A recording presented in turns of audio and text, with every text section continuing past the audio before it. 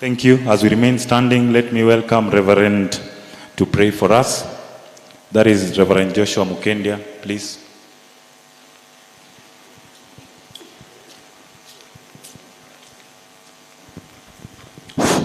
Bwana Yesu asifiwe.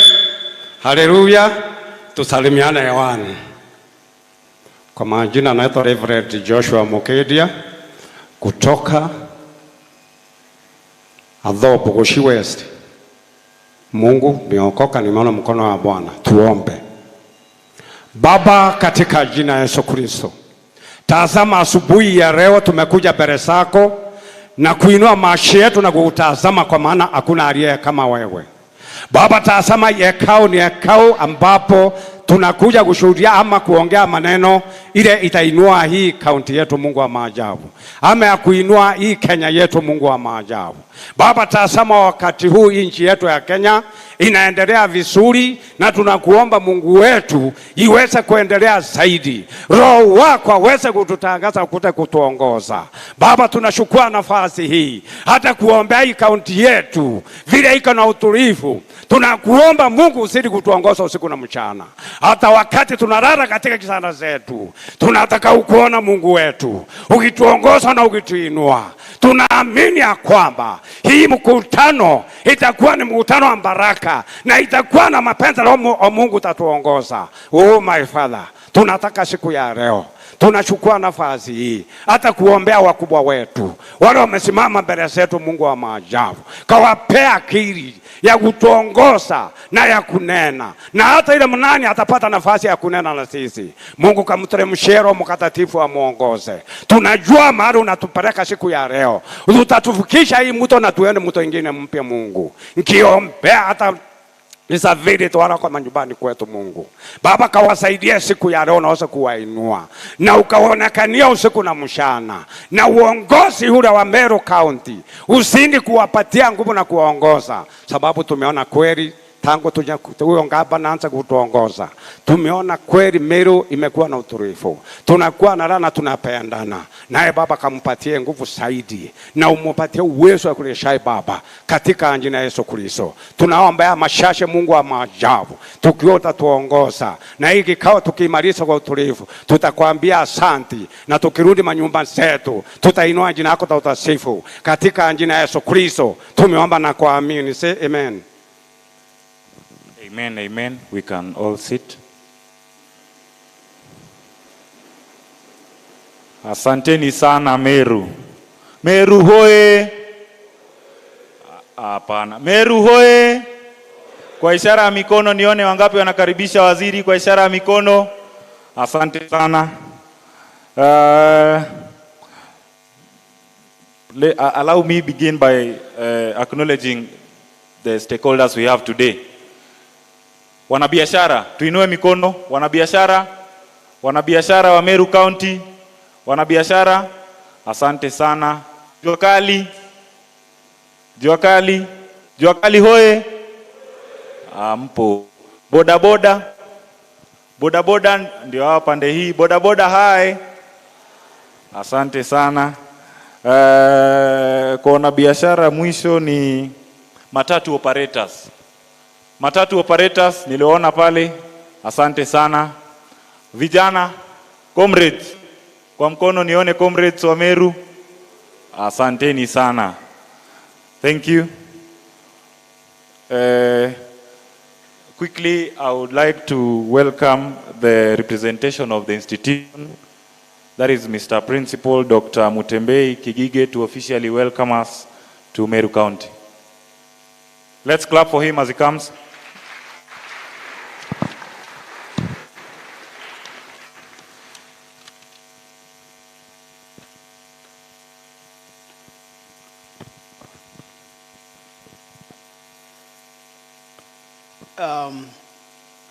CS, DG, MPs present, the county representatives present, Bonda riders, the business community, Meru, and other representatives. I can see some of my old students there. I can also see my good friends, the MCAs present. All protocol observed. Ladies and gentlemen, good morning. Good morning. Nataka nichukue nafasi hii niweze kuwakaribisha the Meru National Polytechnic. Jina yangu kama vile mmesikia ni Dr. Mutembei Kigige, Chief Principal wa hii shule ambayo tuko, na mjumbe wa hii area ni Mheshimiwa Rahim Daud ambaye ako hapa siku ya leo na tunamheshimu. Nataka niseme mkiwa hapa mmekaribishwa sana. Ni mahali pazuri na pako na peace. Kama mnavyoona wanafunzi wetu wako sessions wakisoma, tuko na population ya between 10 and 12,000 all the time depending on the admission period. Na hapa tunafanya course tofauti nikiwakaribisha kwa sababu naona kuna kina youth wengi sana na watu ambao ni stakeholders. Sisi tunasema hakuna mtu anaanguka mtihani wa form 4. That's what we say. Hakuna mtu anaanguka. Kila mtu ambaye amemaliza kidato cha 4 ana qualify kufanya course hapa Meru na Polytechnic. Na May tuko na intake kubwa sana na tunataka 100% transition kama vile president wa hii nchi yetu amesema, tuhakikishe ya kwamba kuna 100% transition. Kwa hivyo msikubalie yeyote akae nyumbani kama hajaenda kujichukulia course yoyote. Na nikimalizia niseme kuna washrooms pale nyuma, na hizo washrooms ziko marked VIP ladies and VIP gentlemen. Hizo ni washrooms za the first 2 rows here. Na hawa kurugenzi wako hapa. Tuko na washrooms zingine hapa nyuma. Hata unaona hii nyumba, unaona hapa kuna washrooms, kuna ladies na kuna gents. Na pande ile ingine kuna gents ingine iko pale. Tafadhali tutumie hizo for now, and then we reserve those ones at the back for VIPs only. Sawa sawa. Most welcome CS and most welcome everybody kwa hii public participation ya siku ya leo. Asanteni sana and God bless you. Asante sana Bwana Principal. Ningependa kumshukuru. Kwa sababu gani? Bwana Principal has spoke all the Kiswahili that Waziri was supposed to speak today. So if Waziri uses another language, please bear with him. Thank you so much, Bwana Principal. I will also, in that order, welcome the leadership of the institution. That is the President, to please come quickly and welcome the students and the other stakeholders to Meru County. Tumpigie makofi akija.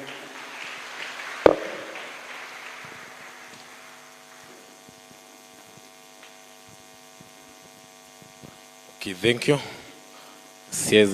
Our CS buddy, all protocols observed. My name is Riziki Gitonga, the President Meru National Polytechnic. Okay, on behalf of student body, I want to take this chance to welcome everybody around in Meru National Polytechnic.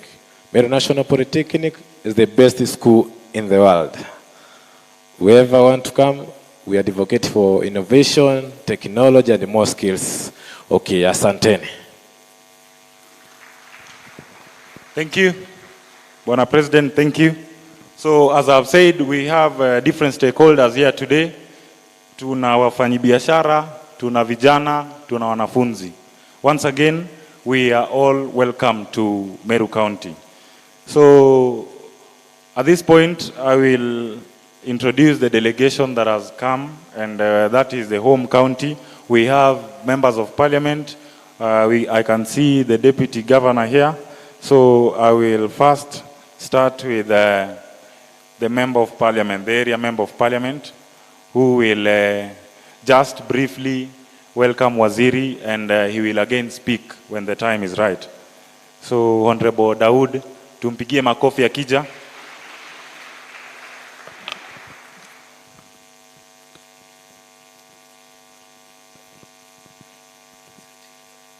Thank you. Mheshimiwa Waziri, my good friend, FCA, PA, Honorable John Badi, our Deputy Governor, my colleague, MP, MCAs who are here, Deputy Speaker, Majority Leader. I'll just be brief. I'll like all the MCAs first to stand, please, because we do not have much time. Waziri and those are our MCAs. The first one is the Majority Leader, the Speaker, Area MCA, Majority Whip, our Chair of Budget, our Chair of Finance. Thank you. Those are the MCAs we have. We've got the Deputy Governor, but let me call Mheshimiwa, because he's going. He's got another function, to just say a word, and then I will invite the Deputy Governor to say a few words.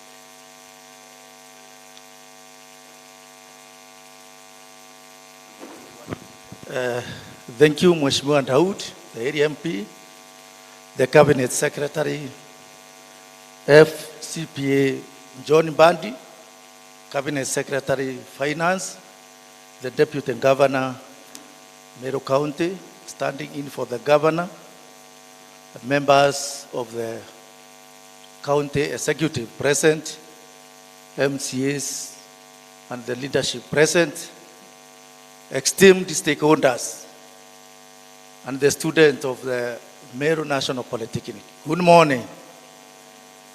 Mine is very brief.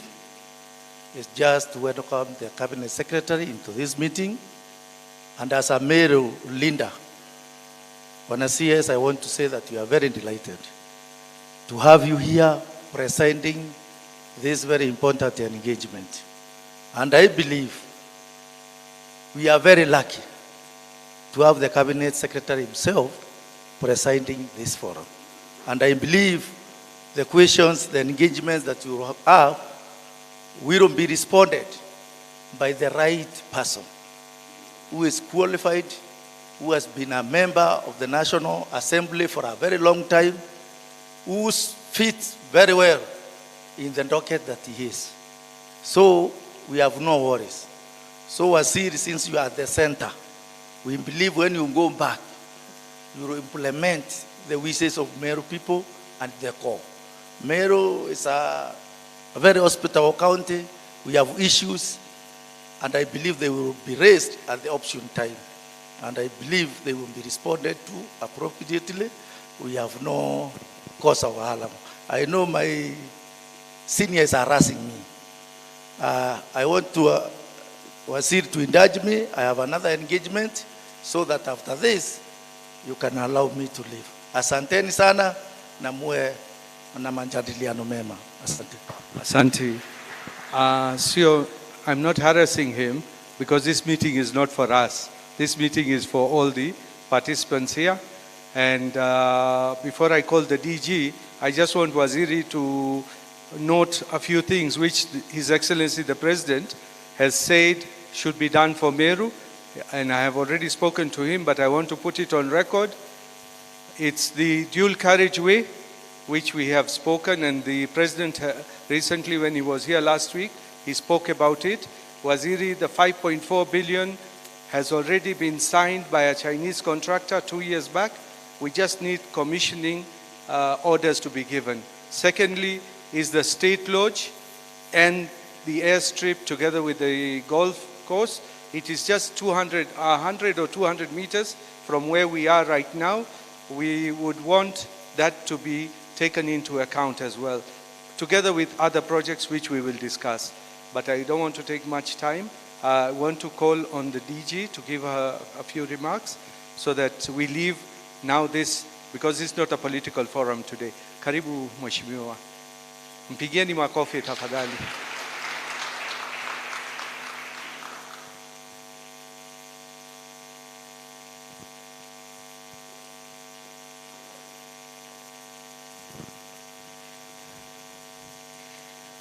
CS FCPA John Bandi, members of parliament that are present here, members of our county assembly, together with the entire leadership, our cabinet minister, Dr. Esther Rukunga, principal Meru National Polytechnic, the security team that is present here, as well as all the stakeholders. Good morning. I want to take this opportunity, Waziri, to welcome you here in Meru County on behalf of His Excellency, the Governor of Meru County, Reverend Isaac Mutuma Ntwethingia. We are here for a very important engagement, a public participation that is involving our community and the people of Kenya, so that they can be able to make decisions in terms of the budget of Kenya and also privatization of government businesses. Kwa watu wetu, nataka niseme ni muhimu sana tukue na hii mkutano, kuweza kujadiliana, kuweza kujua maneno ambayo serikali kuu imepanga kwa watu wetu wa Kenya, and especially in the next budget cycle ya 2026-2027. Biashara za serikali, those businesses are businesses that touch on the people of Kenya. And also I know that this government, the national government, is very intentional on reducing taxpayers' burden. And that is some of the reasons why they are proposing privatization. Itapunguza gharama ya tax ambayo sisi tutakuwa tunalipa tukiwa wananchi, na pia itasaidia serikali on ways of improving the economy of Kenya, more so to be able to integrate the bottom-up approach ambayo this government has taken up. This is the reason why we are here. Na ni muhimu tukiwa wananchi pia sisi tukue na wakati ambao tunasema hii inapaswa kufanywa hivi, ama the decisions that are being made, we are also supposed to be involved. And basically what feedback you give here will shape the finance bill coming next year, so that you can be able to make informed decisions for this government. We are hopeful, Waziri, that through this engagement, the next budget cycle, our people will be involved much more. And I really encourage not only public participation of our people in the national government public participation forums, but also as a county government zinaendelea, ningeomba wale wengi muweze pia kuingia kusemezana na sisi, ndio hata sisi tukifanya budget ya hiyo mwaka ingine, your vision, your dreams should also be incorporated in those budgetary processes. Kwa hivyo Bwana CS and your team, karibuni sana. We are here to give support. The governor may not be here, but the full government is here by my presence. Asanteni sana. Thank you. Thank you, mpigieni makofi. Just to tell Waziri, we are now tackling bill ya public participation, which is in a committee I am in, of Honorable Chepkonga with Honorable Otiende Omolo. So tunafanya hiyo bill ya public participation to be going through, so that the courts do not throw out each and every public participation. Lakini ile public participation tunafanya leo, munatosheka watu wetu?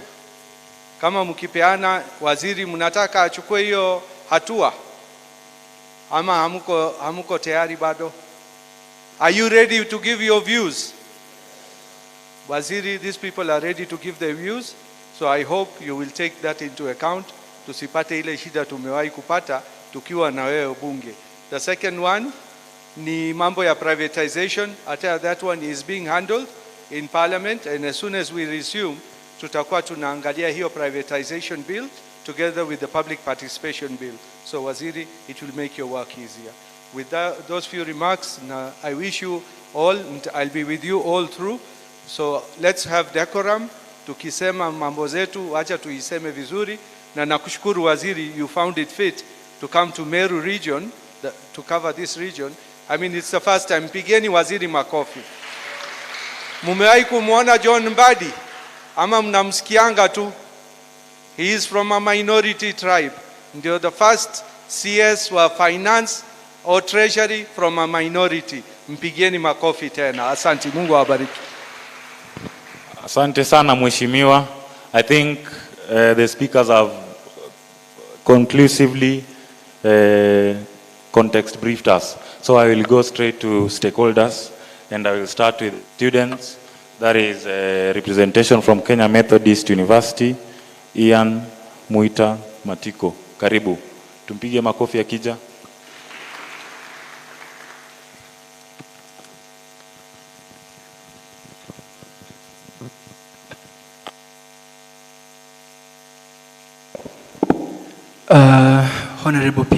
Honorable CS, the Deputy Governor, acting in the stead of the Governor, the area MPs present, members of County Assembly, Office of the County Commissioner, and all the other stakeholders present, good morning. My very impressive names, Honorable CS, are Ian Mwita Matiko. I serve as the Secretary General, Kenya Methodist University, and the County Coordinator, Jukwaa la Wasomi, Meru County, and I am a certified peace mediator. So, Honorable PS, as we sit here to discuss the 2026-2027 budget cycle, I find myself inevitably thinking of the budget that we did last year. And I am not here to criticize any budget, but I am here to learn from it. So from last year, budgets, after all, are not just mere numbers on the paper, but lived realities for some students like me and the rest who are represented here.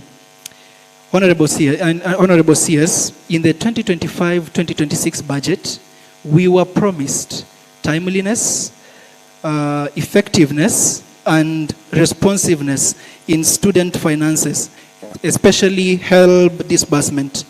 Yet many of us experienced delays that disrupted our studies, our mental health, and our basic survival.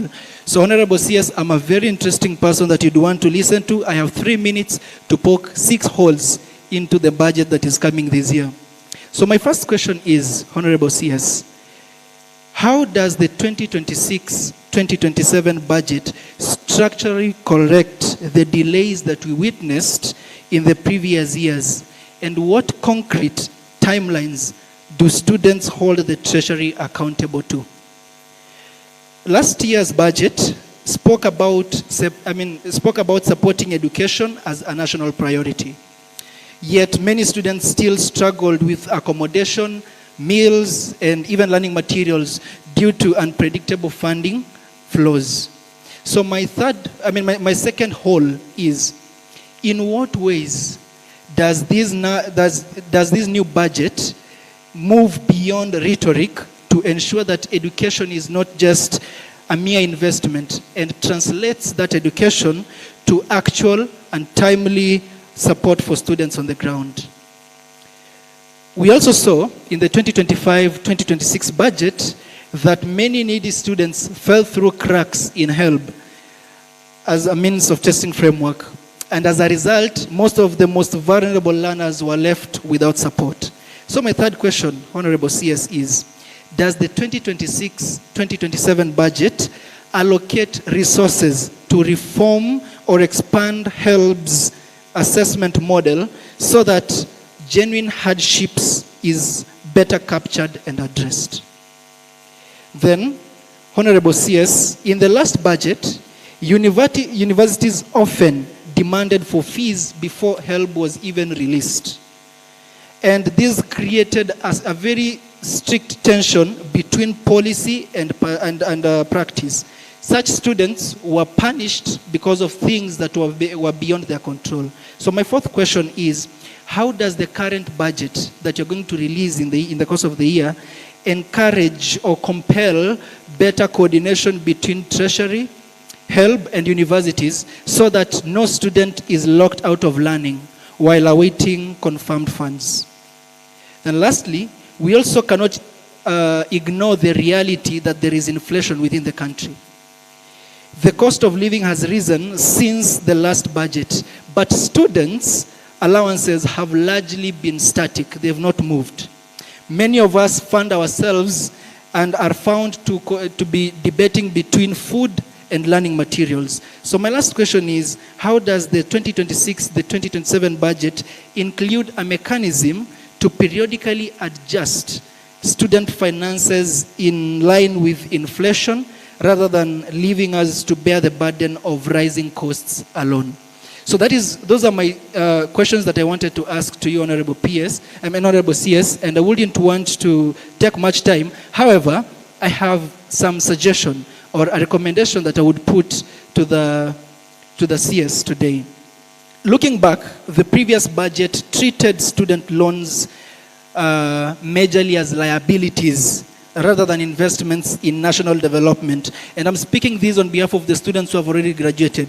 These students have graduated, but they are now dealing with the debts before they even set foot on the actual job market. So is there a mechanism to make sure that these students, after they have immediately graduated, they are not begun to be penalized on help? I mean, there is some time or some grace period that they're given before they actually begin repaying their debt so that they stabilize and actually get moving on with their lives. So thank you so much for that. I would want to really appreciate the Cabinet Secretary for making it to Meru, and you're always welcome within our region. Asante. Mpige makofi. Thank you, Bwana Ian. Next, I will introduce his partner, that is Mary Mukiri. Let's clap for Mary as she comes.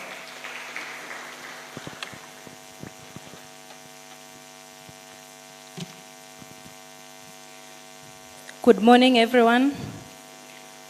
All protocols observed. My name is Mary Mukiri, Deputy President, hapa Meru National Polytechnic.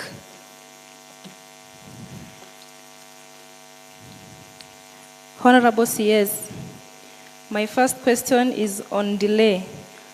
What are the main reasons for the continued delay in help disbursement to TVET students, despite students applying on time? Number 2, on budget allocation, has the National Treasury allocated sufficient funds to help to cover all eligible students, especially those in TVET institutions? To elaborate your part here on that question of delayment of disbursement, CS, like here in Meru National Polytechnic, I think half of the school hawajakuwa registered kwa system kwa sababu ya school fees. Na hiyo pesa, unapaswa kulipa the assessment fee ni separate na the school fees. Those are two different things. The other thing is about increment of help. Zile pesa wanafunzi comrades wanapata ni kidogo sana. For example, unaona mwanafunzi ameinvoicewa fee ya 80,000. Assessment fee pia iko hapo. Unaona ile pesa inakuja, tuseme ni 80,000, 26,000 ya tuition fee. So utarudi bado kwa mzazi atafute 54,000. It's a challenge. And now hata wanafunzi wengi sasa tuko na shida hapa shule. Wana depression karibu kushika wanafunzi kwa sababu ya pesa. They are missing classes.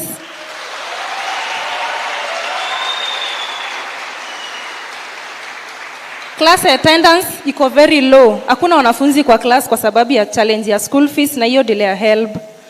We plead you kindly, tafadhali shughulikia comrades. Hata kukula imekuwa ni challenge hapa shule, hata huko nje. The other question is about on future prevention. What long-term solution is the Treasury implementing to ensure help disbursement delays do not recur in future academic years? Thank you.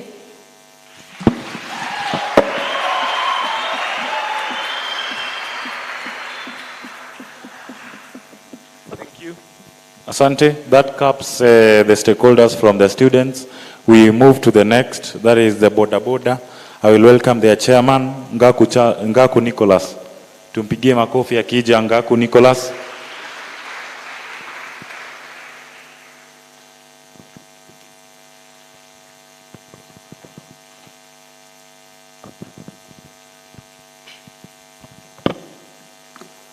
Honorable CS, Madam DG, Chief Principal, MP, Raim, MCAs, and all the sectors represented.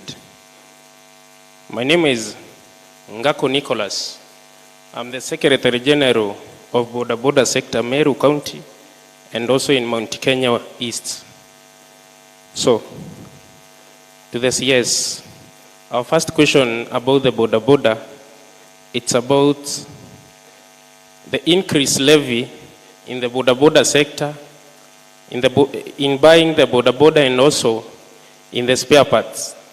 So my question is,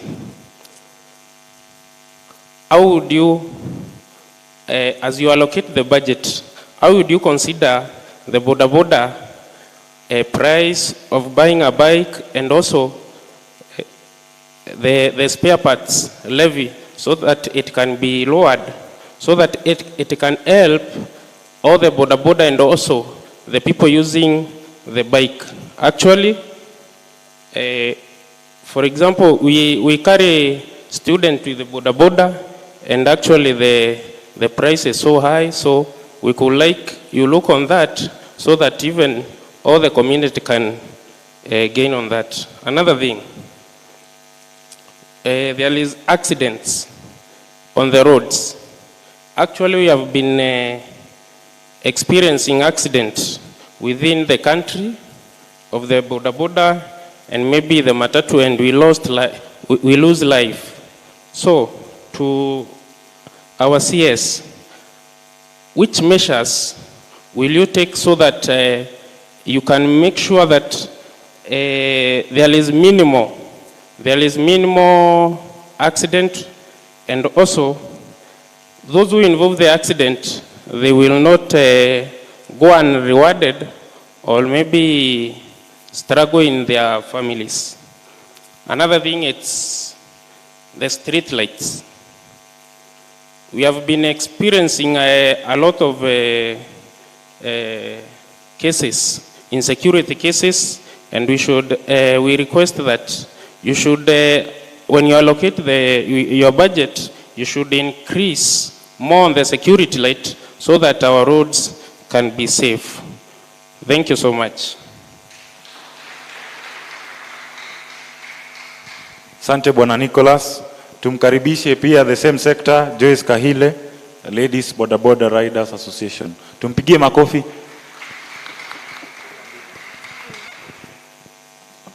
All protocol observed, ladies and gentlemen, good morning.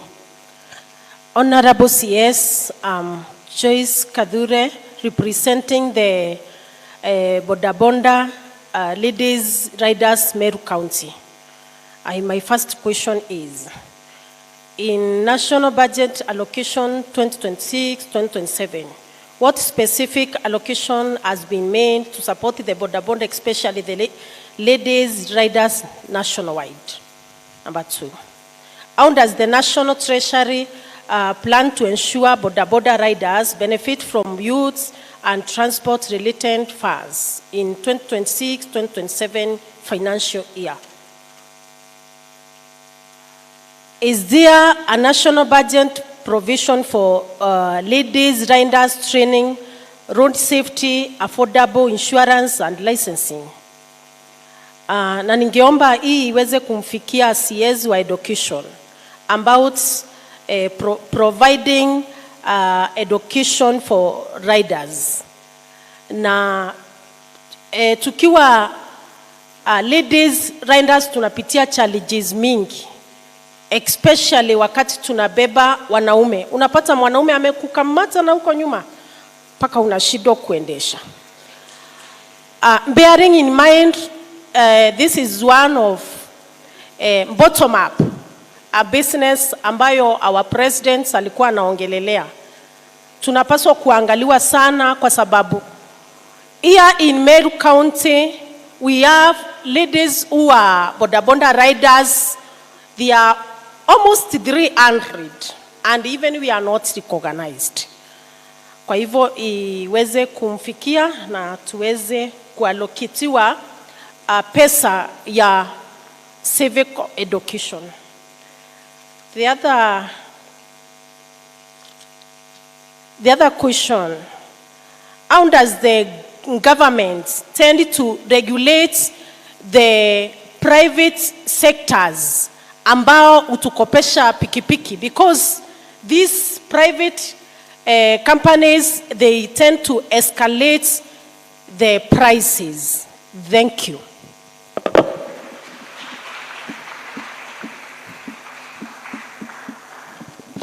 Thank you Joyce.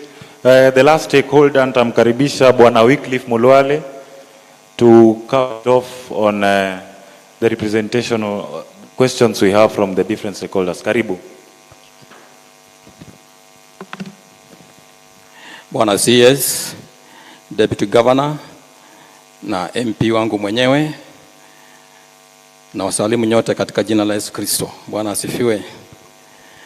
Na wakuu wengine pia tunawapenda nyote. Mimi swali langu kwa Bwana CS ni kwamba my name is Wycliffe Mulwale, Juakali, Meru Town. Swali langu kwa Bwana CS ni kwamba tungelipenda kujua sisi kama wanajuakali katika budget yako ya 2026-2027 umetupangia nini kama wanajuakali hasa Meru County? Kama tuko ndani ya hiyo budget yako tungependa kujua leo ikiwezekana, kwa sababu pale town tumekaa kwa hiyo juakali zaidi ya miaka 30 na hatujaona kiongozi yeyote ambaye amewahi kututembelea na kuja kutuuliza hata mungependa kusaidiwa namna gani, mungependa kuinuliwa namna gani. Kwa hivyo tungependa kujua kutoka kwako tunaweza kuinuliwa vipi ili juakali iweze kuinuka. Sababu ya kuuliza hilo swali ni kwamba juakali ya Meru Town ina play a very big role in this county. Role gani ina play?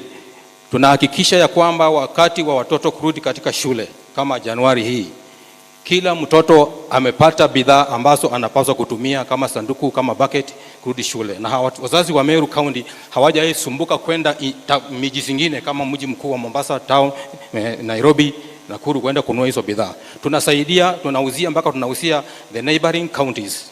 Lakini serikali yetu kuu haijawahi kututambua na hata serikali yetu ya county haijawahi kututambua.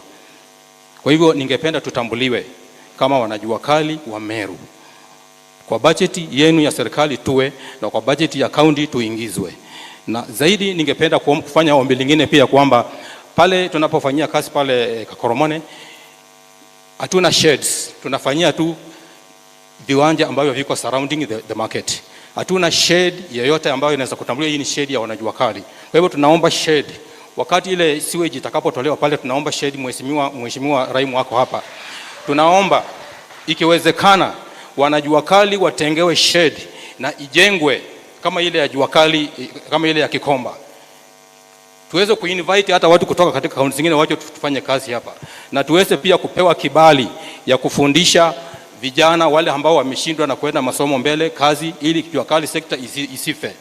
Jambo lingine pia ningependa kuomba ni kwamba wakati waheshimiwa kama MCs wa kaunti hii wanapoenda nje kama China, hawajawahi kuja kwetu kutuuliza nyinyi wanajuakali. Tunapoenda kule nje kama China, mungeweza tuwaletee mitambo ya aina gani ya kuinua kazi ya juakali? Hatujawahi kuuliza swali kama hilo. Kwa hivyo wanapoenda kule wao wanaenda kujivinjari na wakirudi wananyamaza na hakuna profit yote tunapata kutoka na hiyo ushuru ambao tunawalipa. Kwa hivyo tungependa waje kwetu ground, watuulize tuwatafutia mashini ya aina gani, tuwainue kiwango gani ili juakali sekta ipate kuinuka. Kwa hivyo naona wakati wangu umeisha, ningesema mengi zaidi hapo, lakini Bwana wabariki. Asante Bwana Chairman. Finally, representation with disability, tumpigie makofi Bwana Leonard Mwirigi akija. Karibu Bwana Leonard. Asante MC, Bwana CS, Deputy Governor, Nairi MP, and all protocol observed, good morning. My name is Leonard Mwirigi. I come from Imend Central and presenting in different areas. Now, Bwana Wasiri, persons with disability would like to know from the budget 2026-2027, what amount of allocation have you given to the persons living with the disability? Number two, we would also like to know what is the government doing to make sure that when these funds are sent to the National Council for persons with disability, if they are used properly up to the grassroots. Number three, we understand that in the last year budget, there was an allocation of medical cover for persons with disability. Now, Bwana Wasili, we would like also to know how is this medical cover used, or how can it be used to cater for persons with disability? Juu hatujawahi enda hospitali tuambie watu walemavu wamelipiwa. So we would also want to know from you how this fund is being used. The other thing is about the education of the children living with disability. We have so many children who live with different kind of conditions, which of course needs support from the government in terms of education. Because unaweza enda shule ukute kuna walemavu lakini hawana walimu ambao they are trained to mentor them or to teach them. So we would also want to know how the government is doing about that. Asante sana Bwana Wasili. And the last one is about registration of persons with disability. Of late, hatuwezi sema walemavu ni wangapi because they are not registered with the National Council. So we also want Bwana Wasili to take note on that to make sure that persons with disability are well registered with the relevant authorities. Asante sana. Thank you so much. Let's all clap for these stakeholders for being very brief and direct to the point. At this point, I will now welcome the leadership of other representation of the that is DCC, Lucas Mwangi. Tumpigie makofi akija.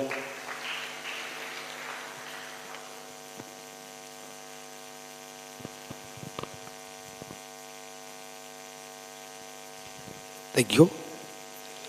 Our chief guest, the CS, National Treasury and Economic Planning, and your team from Nairobi, the Department of Finance, our Deputy Governor, Madam Leader, Kiome, our area MP, Mheshimiwa Daud, na MP mwenzako ambaye ameondoka, the Deputy Speaker of Meru County Assembly, the host, the minority leader, and the host of MCAs around, our representative from various sectors of our economy, all protocols observed.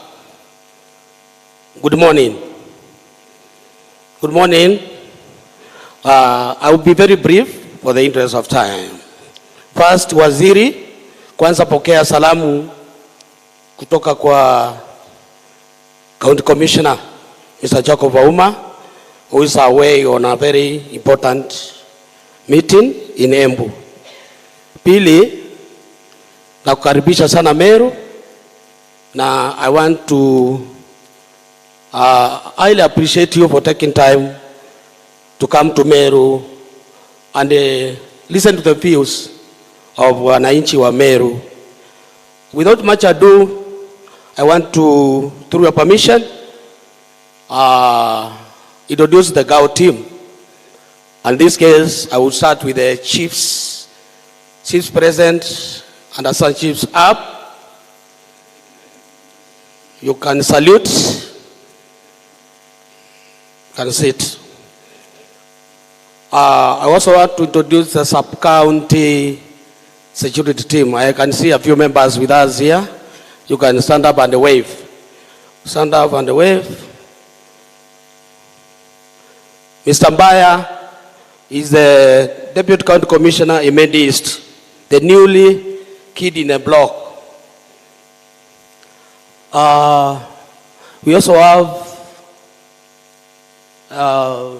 Mr. Omondi, up and wave. Wave the Waziri and your colleague.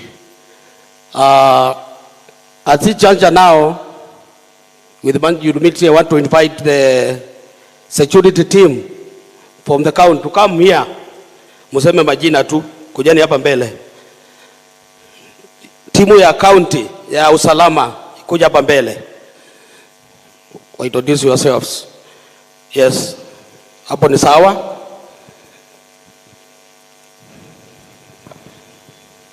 Jambo sir, I'm John Ngalia Mwakima, Senior Warden, KWS Meru County. Thank you, sir. Jambo sir, I'm Kipkemwache Lule, County AP Commander Meru. Thank you, sir. Good morning, sir. My name is Patrick Lobolia, County Police Commander, Meru County.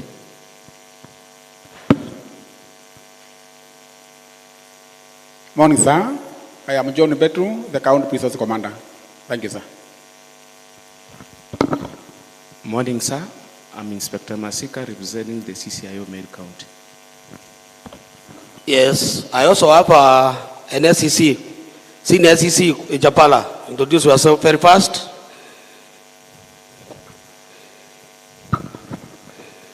Morning, sir. My name is Michael Japala, ACC Kiamwitari. I work in Menti East Sub-County, sir. Thank you. Thank you, sir. That is now the security team apparatus in the county. And I want to tell you that CS, they are really doing a good job. We know, biashara zote pia zinataka mazingira matulivu ya usalama ili biashara isiweze kunawiri. Kwa hivyo wanafanya kazi nzuri. I can attest to that. Now, without much ado, I want to say one thing. Waziri, the idea of having such a forum for engagement with the citizens at the grassroots ni kitu ya maana sana. Tumeona wakati wa jukwaa la usalama, maoni vile wananchi walitoa na vile serikali ilienda kusikiza hiyo maoni na kutia maanani. Vile vile tunaona jukwaa la wasomi na vile vile jukwaa la kuna wasomi na usalama na pia sasa tuko na jukwaa la biashara. Kwa hivyo waziri, tunarudishia serikali shukrani kwa kuwa na vikao kama hivi, kwa sababu sinalete ubunifu, kwa sababu serikali inaweza kupata feedback one on one. Kwa hivyo tunaunga mkono kwa dhati na wananchi ambao wamehudhuria kikao ya leo. Asanteni sana. All the sectors, the Student Association, University Student Association, the tertiary, and all other sectors, disability, jua kali, Kenya National Chamber of Commerce, boda boda, tunashukuru sana. Na mtoe maoni yenu na maoni yenu, na wataka kuhakikishia waziri na timu yake wataichukua maanani. Kwa hivyo bila kupoteza muda, nataka nikaribishe Brian ili tuweze kukaribisha waziri pamoja. Asante. Let's all be upstanding as we welcome the Cabinet Secretary, National Treasury. Tusimame sote. Karibu bwana waziri. Tumpigie makofi akija. Shangwe na vigelegele. Karibu bwana waziri. Karibu. Juu sana, bendera yetu Kenya ipeperushwe juu juu juu sana. Trio mio, sisi wa Kenya tunaweza na ipeperushwe juu sana. Ajeki.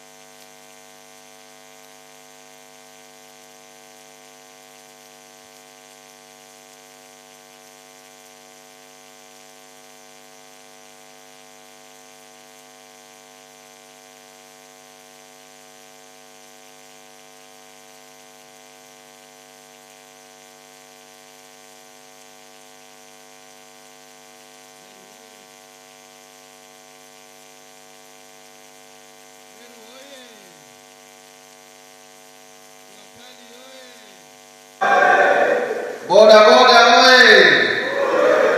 Na wafanyabiashara, comrades power! Thank you very much.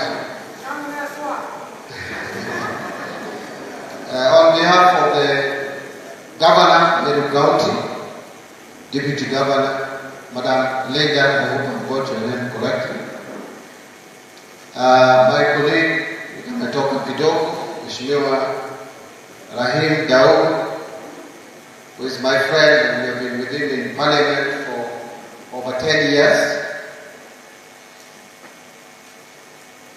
The national government led by the DCC, principal of this college, who is actually our host today, members of the County Assembly of Meru, the grassroots leaders led by the majority leader, the majority whip, chair budget, chair finance, I hope the area MCA, plus my other friend, the Minister for Education, Mr. My team from the National Treasury, I have representative here of the Director General of PPP. Good morning. Is it morning or afternoon? It's on the borderline. It's afternoon. I will request you to do the following. I'll give my official speech. Then, if you allow me, I'll give off-the-cuff remarks briefly. Then if there is any additional questions, because I will have addressed the questions that have come from your representatives here. But if there is any one or two other additional questions, we'll take that. Hoping to finish by 1, because I wanted to leave by 1. I have another meeting in Nairobi.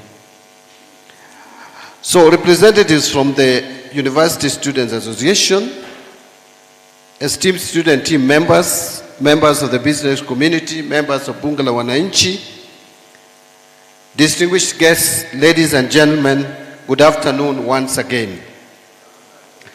It is a privilege to welcome you to this pivotal gathering, an occasion that embodies our collective commitment to shaping Kenya's future through transparent, inclusive, and responsible fiscal governance. This marks a deliberate effort by the National Treasury to expand its engagement with the citizenry, particularly the youth, civil society, and the local business community in the management of public resources.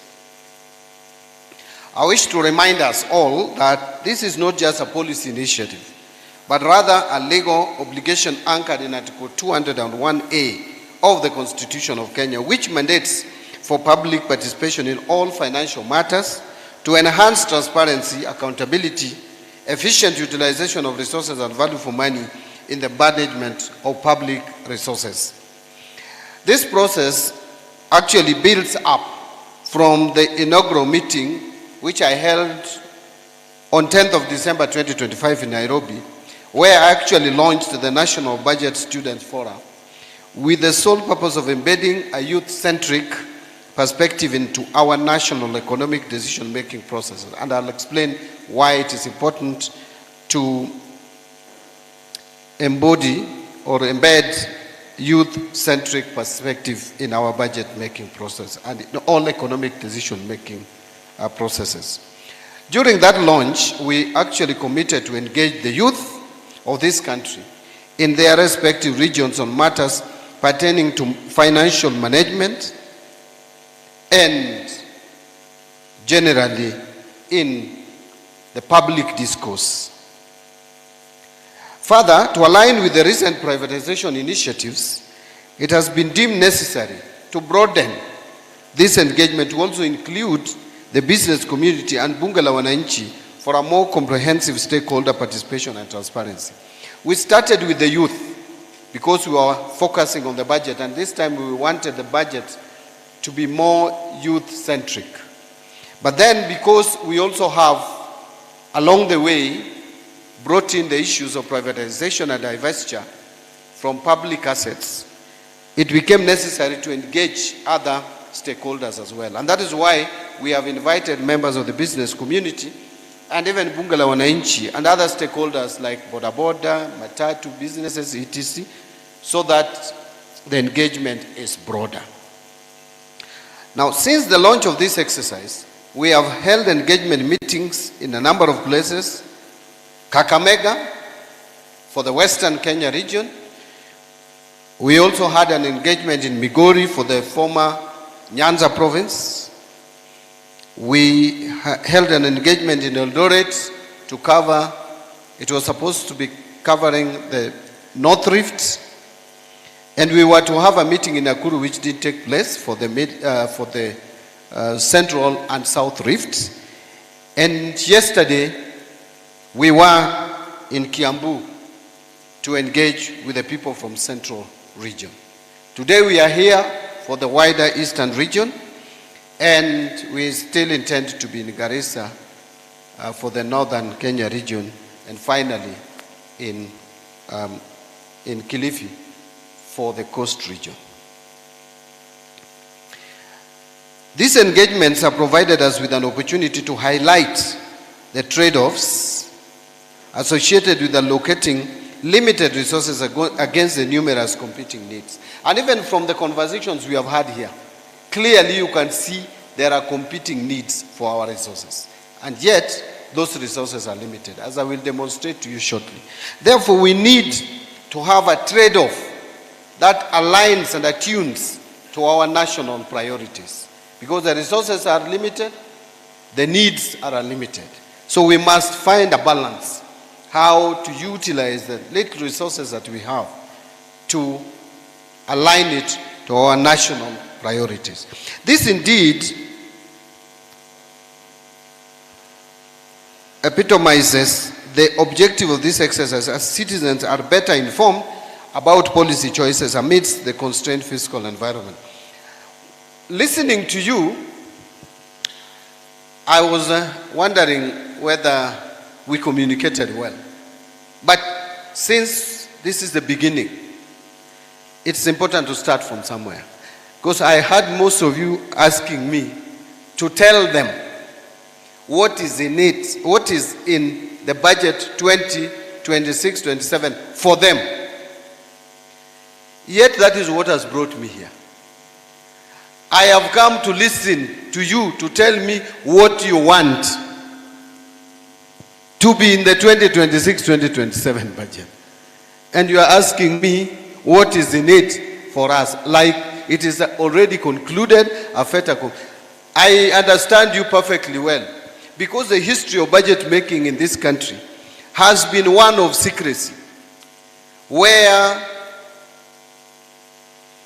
the minister and his team, the technocrats who have been nicknamed the Mandarins, sit at the Treasury building, the CS at the 14th floor, and the rest of his team occupying those floors, We make figures, we create books, and then you are waiting for one specific day, the budget day, for body to appear with briefcase, held in hand. And you know, zamani hata ilikuwa mbaya zaidi, mheshimiwa. I remember, and I'm sure many of us do, where the budget day was such a sacred day.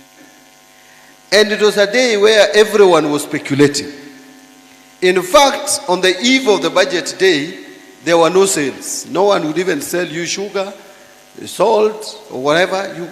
Because they are waiting for prices either to rise or come down. The moment the prices rose, immediately the traders increased prices. But whenever the prices went down, they were still clearing the stock. That used to be the budget day. Now the budget day has changed. First, executive does not make the budget. Executive, through the minister, make what we call budget proposals. And we present the budget proposals 2 months to the end of financial year. By 30th of April, we present the budget to members of the National Assembly, people's representatives, who are the actual people who make the budget. So, right now, what we are doing proactively is to listen to the ground. We are listening to the ground, but this time, tunasikiza ground ya ukweli. So I came kusikiza ground. Ground inasema nini? Where do you want more allocation? And I've heard you. The cry here is number one, education is underfunded. Is that not correct? The summary of what you have aired here, Mheshimiwa, is that education is underfunded. The other one is that our special interest groups need better attention. Okay? So my friend, when I go back, I know I'll look at the budget and see how to take care of the special interest groups. It may not just be persons living with a disability. We know there are more disadvantaged, but there are other disadvantaged groups like the youth, like women. They also have a degree of marginalization. And the elderly, people forget the elderly. I was brought up in a family of the elderly. I was born, my father, I was born when my father was 71 years. 71 years. That's when I was born. And I lived with him until I was 35. The last born. 71 out of 35, that's 106. That's when I lost my father. And I lost my mother not long ago at the age of almost 90. So I know how the elderly can be marginalized and people don't even realize it. Actually, people we also need to attend to seriously are the aging people, because there's a lot that go around them, beginning with their bodies.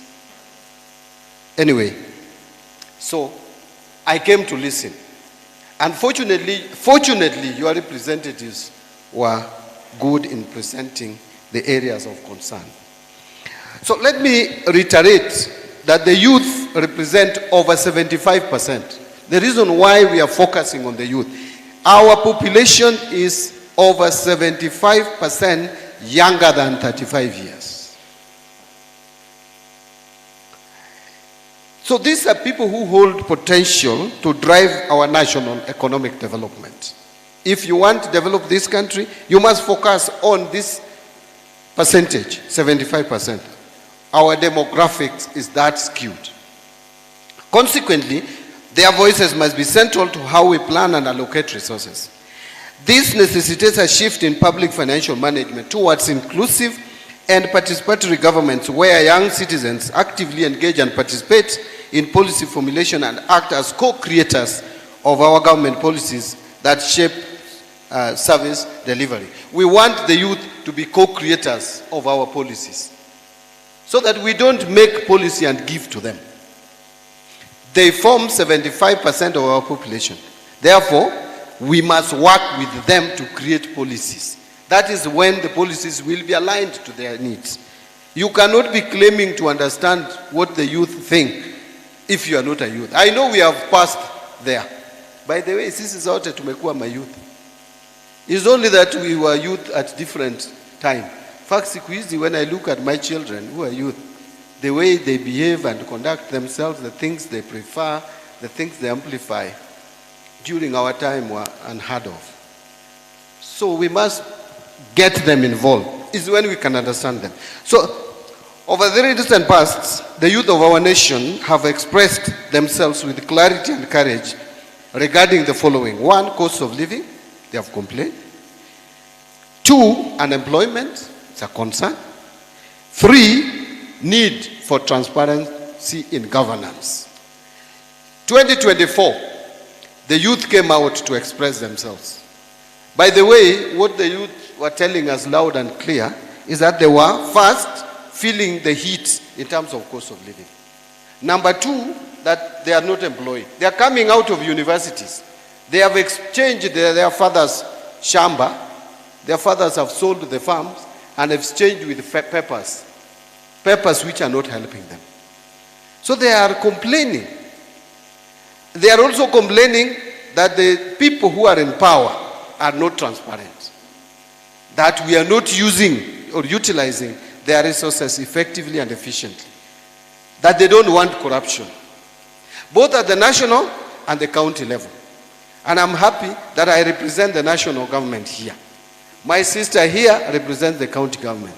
We must work collectively, both at the national and the county level, to fight governance issues which compromise service delivery to our people.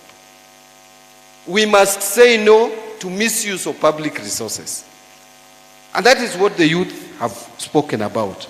So we better hear them, not to condemn our youth. We must hear them, and we must acknowledge that these concerns are not only genuine and valid, but are urgent. Our goal is to move beyond listening as I was doing it there. We must now move and commit ourselves to turning the frustration that we see among our youth into meaningful and tangible progress. This forum, therefore, provides the perfect opportunity to provide our feedback on the necessary actions from the government to address these challenges. Kenya has adopted also, that's the next step I'm moving to, a privatization as a strategic economic policy shift to promote efficiency in the economy by subjecting public services to market forces. So I'll talk about privatization shortly, but let me just mention that this shift aims to improve competitiveness, boost our revenue generation, and support fiscal consolidation. A pathway that would help us in reducing government expenditure on inefficient state corporations and fostering market development through deepening Kenya's capital market. Kenya now is number 2 in Africa, according to the report of last year, in terms of our capital market development, just after Egypt. Our Nairobi Securities Exchange is number 2 in Africa. And we must continue to deepen it to take our rightful position in Africa, which is number 1. This engagement process, therefore, is timely in view of the intensified conversation regarding opportunities privatization offers in contributing to national development through revenue enhancement and containing public debt and easing pressure on our public expenditure. In fact, I'll come to condense the reason why we are going the privatization route, because that is key. Many Kenyans have not understood why we have decided to privatize KPC. And I must be specific on KPC because it is out there in the market. KPC belongs to you and I, belongs to Kenyan. It is your asset. You must understand why we are divesting 65% out of KPC and giving to the public and other players. So this will reduce government's administrative burden by leveraging the market expertise of the private sector, So the National Treasury will in this regard continue with sound macroeconomic policies to enhance resilience and create a conducive environment for private sector, including the local business communities. Let me reaffirm the government's recognition of the critical role the private sector plays, especially the local business communities, the role it plays in driving Kenya's economic growth through revenue contribution and job creation. Under the bottom-up economic transformation agenda, the government is implementing measures to create favorable conditions for the growth and sustainability of private enterprise. I can see Mheshimiwa Dawu, you're wondering, Mbadi is talking about bottom-up economic transformation agenda. You know, nowadays I speak it even better than you. Yeah.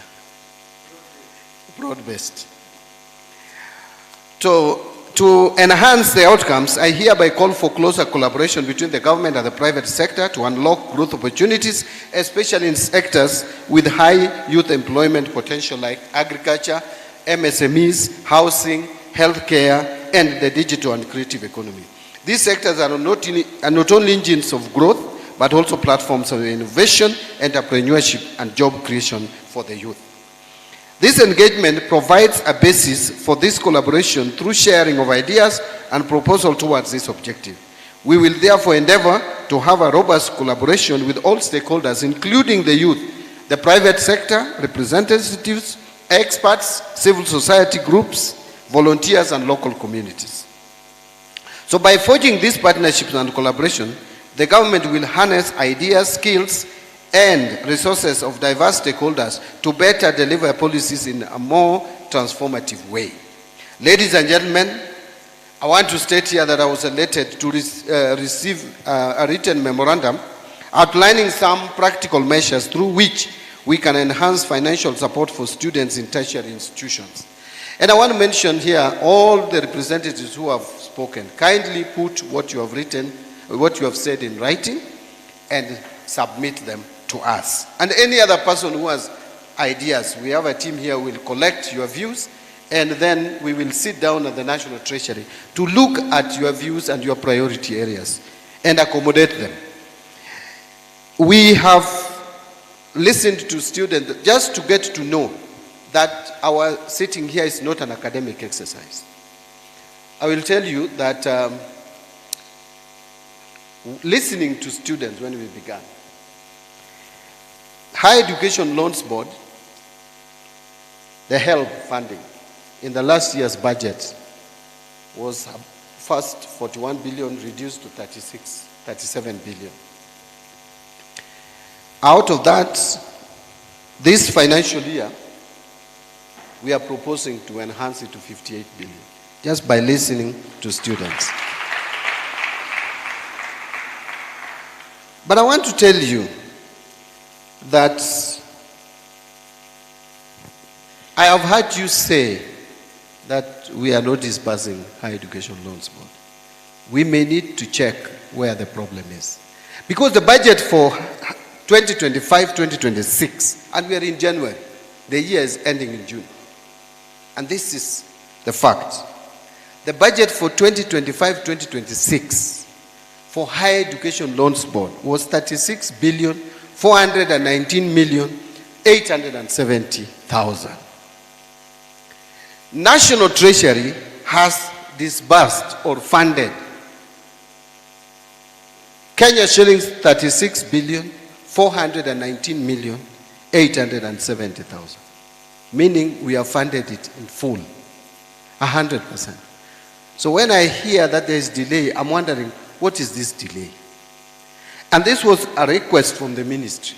The ministry requested us to release the money in full.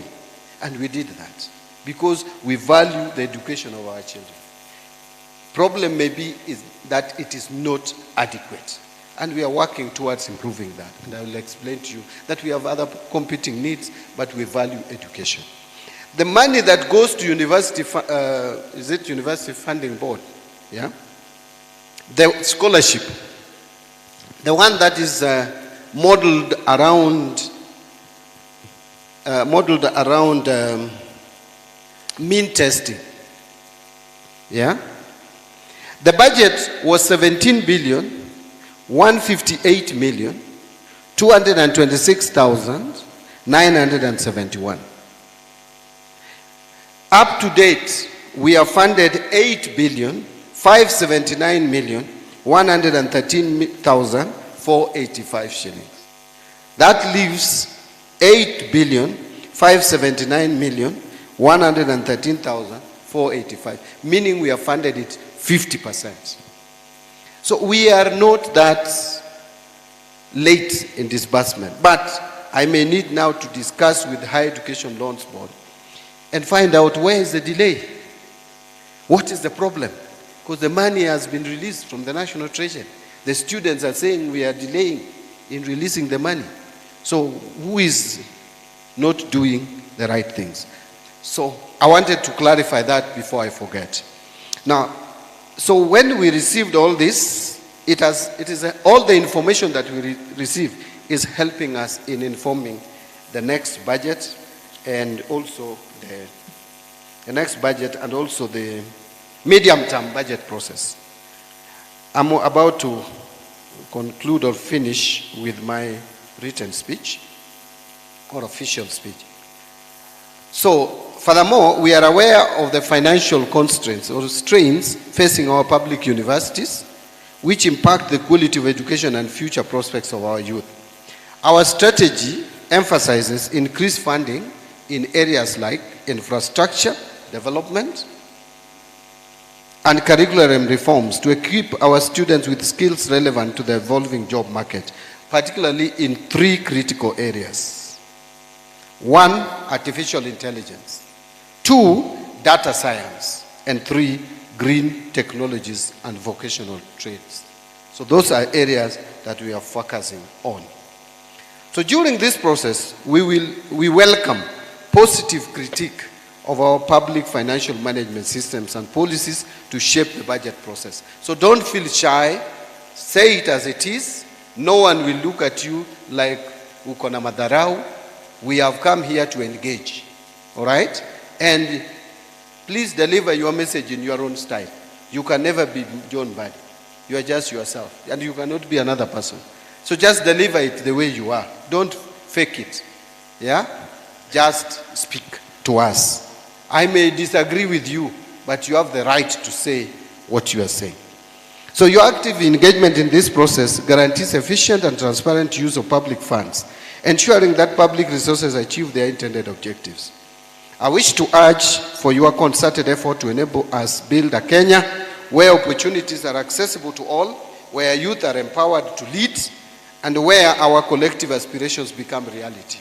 Together, we can forge a prosperous, inclusive, and resilient nation. That is where my official speech ends. Thank you. So now allow me to engage without being constrained with this official speech. Ladies and gentlemen,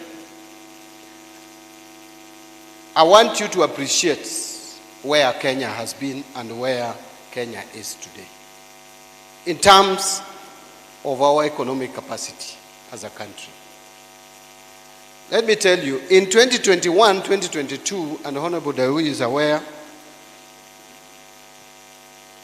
IMF had predicted that 6 countries in Africa were going to default in paying their debts. You know, from 2014, we have had accelerated uptake of debts in our country. Well, for some good reason, because we decided to expand our infrastructure, to be able to have an infrastructure foundation that would help the economy to leap to the next level. However, most of the infrastructure projects that we invested in are either long-term, some have a payback period of about 20, 30 years. Some were also not well thought out, like the SGR hanging somewhere with low economic value. If probably we extended SGR beyond Naivasha to the border with Uganda, it would have brought more economic gains to the country than where now it is hanging. So our debt level had reached that as unsustainable level. And we were predicted that we would default. And countries have defaulted. Today, as I was coming, I was reading Business Daily, how Ethiopia is struggling as we speak to get out of that trap. In fact, now they are being dictated to. As an economy, there are two countries, China and France, are cheering to get Ethiopia out of that mess. By the way, Kenyans, many of us don't know what defaulting means. When you default in repaying your debts, it is a serious thing. And the first thing that would happen would be IMF would be in town. And this time round, they will not be coming like they always come to discuss with us. No. They will be coming to give us orders and ultimatums. They will come and tell you, see, you are already in shit. Mmejiingiza kwa matope. For us to help you come out of this matope, there are conditions. You will reduce your civil service by, say, 50%. You will reduce the salaries of all staff by 50%. You will reduce all elected leaders by 50%. MCAs, 1,450 wards must come to 700 and something. MPs from 290, 145. I'm giving you examples of what they would demand. These your counties are too many. 47, too many. You must merge them. Tharaka Nithi must merge with Meru and many other things. Those are examples of what could happen if we defaulted. And by the way, we were about to default. Why were we about to default? Because the previous administration did not see sense in organizing post-election period because they were going out anyway. So they didn't care. There is a bond, Eurobond, that is coming for payment in June 2024, and there was no plan. And it is $2 billion US, which is equivalent to 260 billion Kenya shillings. No one cared. The administration that came into office also had problems. They were looking at the debt coming up for payment, but they have no solution. They have to pay salary. Counties are calling for money. Otherwise, they would shut down. Capitation in schools is needed. Health must be taken care of. So everybody was in panic, but we didn't know what to do. Around that time, you'll remember, if you went to the bank to get dollars, you could not get the dollars that you wanted. If you went to buy dollars. If you had your son or daughter or your brother schooling out of the country, in the US, Australia or whatever, and you wanted to pay fees, you could not get the dollars you wanted. It was a sorry state of affairs. Fortunately for Kenya, the market opened and they managed that liability. And that is why last year we decided never to be careless again. Another Eurobond was coming up for payment in 2027 May. We decided to pay it last year by February. Another one is coming up for payment in 2028. We had a choice to be careless again and say that is after election anyway. We'll have won our second term. But whether we are going to win the second term or not, it is important to prepare and live an economy that is functioning. Because even if you leave office, I leave office today, I will still live in this country. And an economy which has failed, no one is safe. Even if you have wealth, that wealth will sublime and will never be there in a short while. Even if you have property, who will live in your houses? Who will pay you rent in a failed economy? Where salaries have been reduced by half, where people have been retrenched. So we must know that this is our economy regardless of positions that we hold. I know second term tutapata. I have no doubt about it. Two term is real. I have no doubt about that. It is real. Tutapata hiyo. Tutapata. Hiyo tutapata. But this is not the time for that. What we have today is to prepare ourselves as a country for posterity. That is why we decided by September to liability manage the debt that is coming in 2028. Therefore, as we speak today, we don't have debt pressures up to 2031. That is why the other day on Thursday, you saw Moody's, which is one of the globally reputed firms, upgraded Kenya from CAA1 to B3 and said now in the short term we don't have debt risk as a country. We are no longer in that debt risk assessed by other people. All right? Simply means that now we are a country that people can do business with. And they have said now we have a stable economic outlook.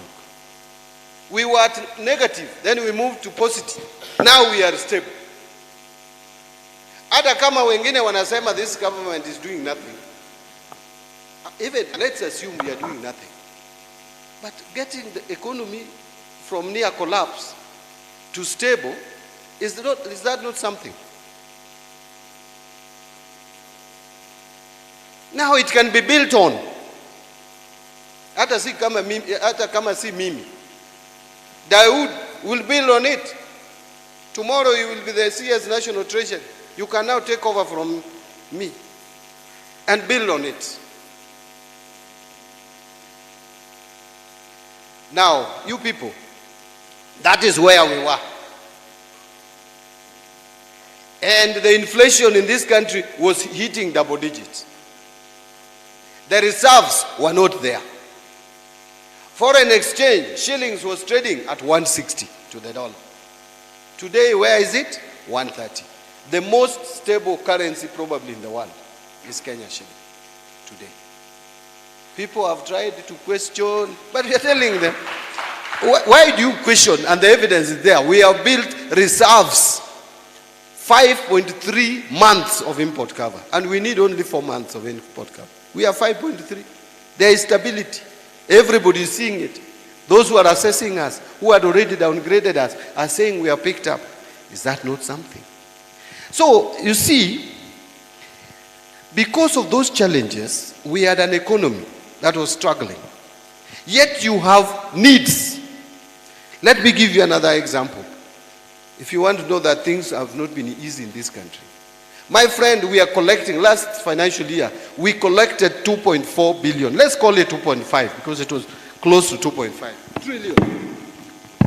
Trillion, not billion. Trillion, 2.5. Out of that, 1.1 trillion is going to debt service cost.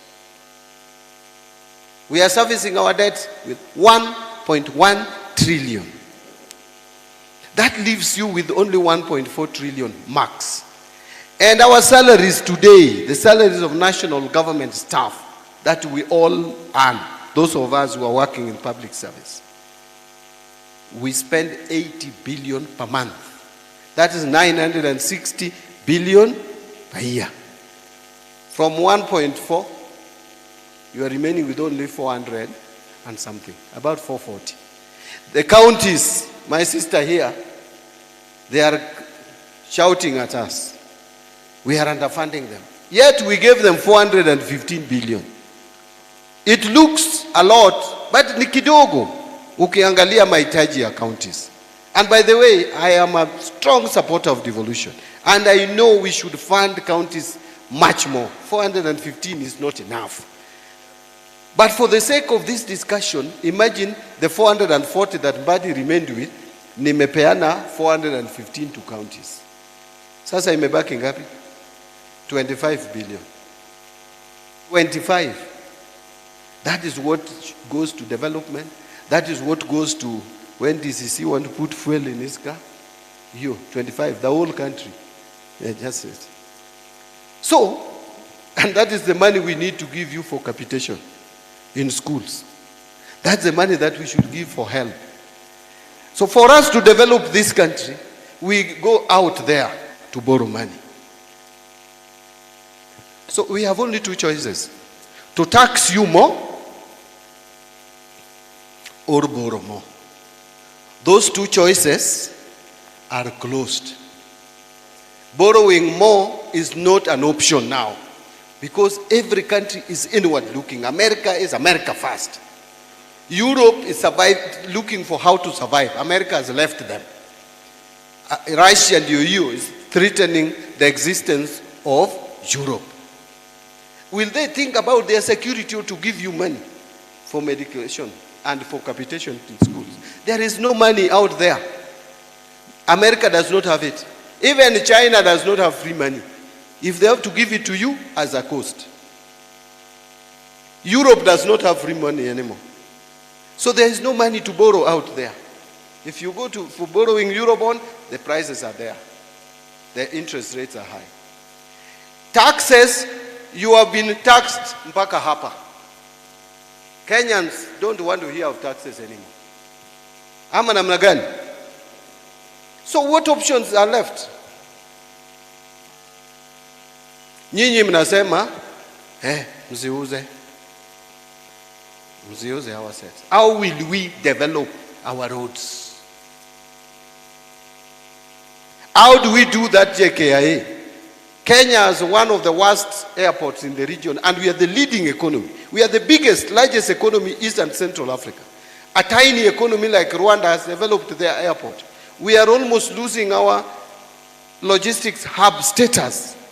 The UN, which gave us the logistics hub status, will take it away with consequences because we cannot develop JKIA. My friend, that airport must be developed. It must be modernized. We must look for money. Hii maneno ya kuweka KPC kama souvenir, tuachane naye. KPC is not souvenir. It is our asset. Once it has matured, remember in 2009, Kibaki government, the cabinet of Kibaki had approved that we should privatize KPC. Siasa ndogo ndogo ikachezwa, tukawachana na hiyo. Maybe it was waiting for Mbadi to come. We privatized KPC. You people are complaining. Is this the first time we are privatizing assets in this country? Kenya Re was privatized. Kenya Commercial Bank used to be owned by government 100%. Kibaki government privatized it. Safaricom, we used to own it 100%. Moi released 60%, 40%. So, Kibaki government released 25%. That is 65. That is why today we have 35. When we want to release 15%, noise. Why? Is it because it's Mbadi who is in office and not Kimunya? When Kimunya released 25%, why didn't you make noise? Uhuru did not release any. That is why we have these debts today.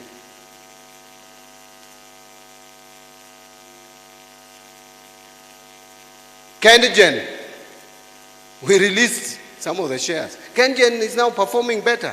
Safaricom is now doing much better than when the government held 100%. It's now the leading, the most profitable company in Africa, or in the region, in our region, East and Central Africa. Safaricom. If we held more shares as a government, it would still be struggling there with government bureaucracies. The profit that now, the dividend that we are getting from Safaricom today is many times more than what we used to get when it was 100% owned by government, and we are owning 35. When we release 15, 20% may even give us more, because these investors will bring in more capital into it and expand it even in other countries. So, my friends, hii kitu mnaambiwa ati wanauza. First of all, government is not in business or doing business. The government should provide a platform for private sector to thrive in doing business. I keep on telling you that government already owns 30% of your business. Hata ile kiosko yako hiyo kiosk una hold. We have 30%. And you pay us first before even you pay your staff. Ile pesa unapeana serikali, before you pay yourself unapeana serikali tax, whether you like it or not. So we don't need to struggle with you over dividend. Chukua dividend ukae naye. Mimi, give me tax. We run the government. So, now what we are doing with Kenya Pipeline is that we are offering 65% of it for privatization. We are retaining 35. The 65% that we are releasing, 5% of that 65 will be to staff of Kenya Pipeline. 15% will go to oil marketers, both local and external, because oil marketers are the largest, biggest stakeholders in KPC. We want them to have a stake. 20% will go to institutional investors, Kenya. That is pension funds like NSSF or PSSF. We have mutual trust funds. We have insurance companies, those who want to buy but are corporate.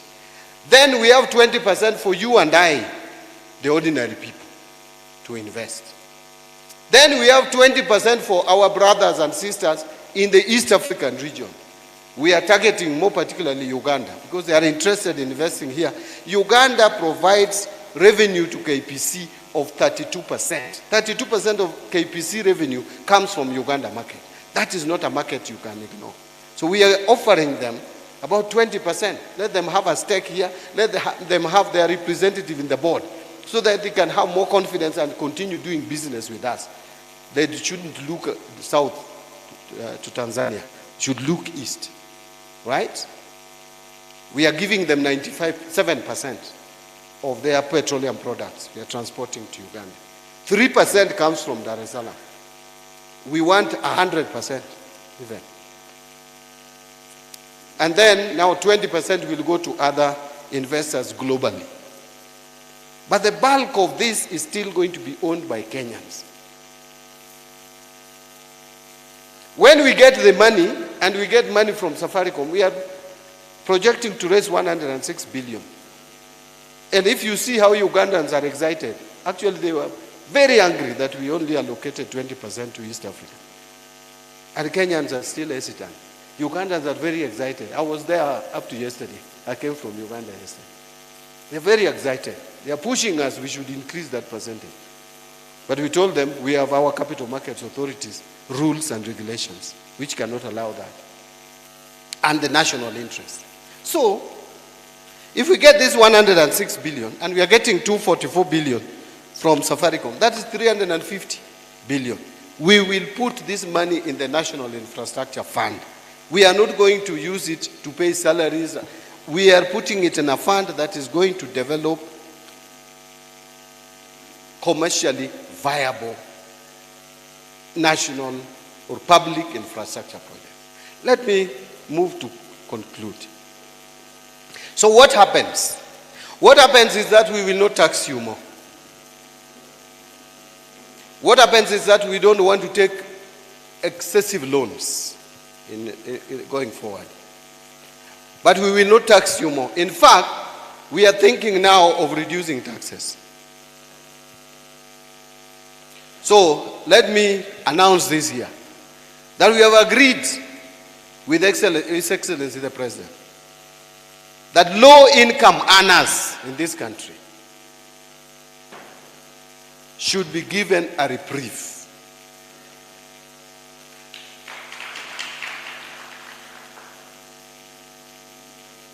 We have agreed with His Excellency the President. He has directed me to take to Parliament a proposal. I'm not even waiting for finance bill to come in June. I am taking tax laws amendment bill to Parliament.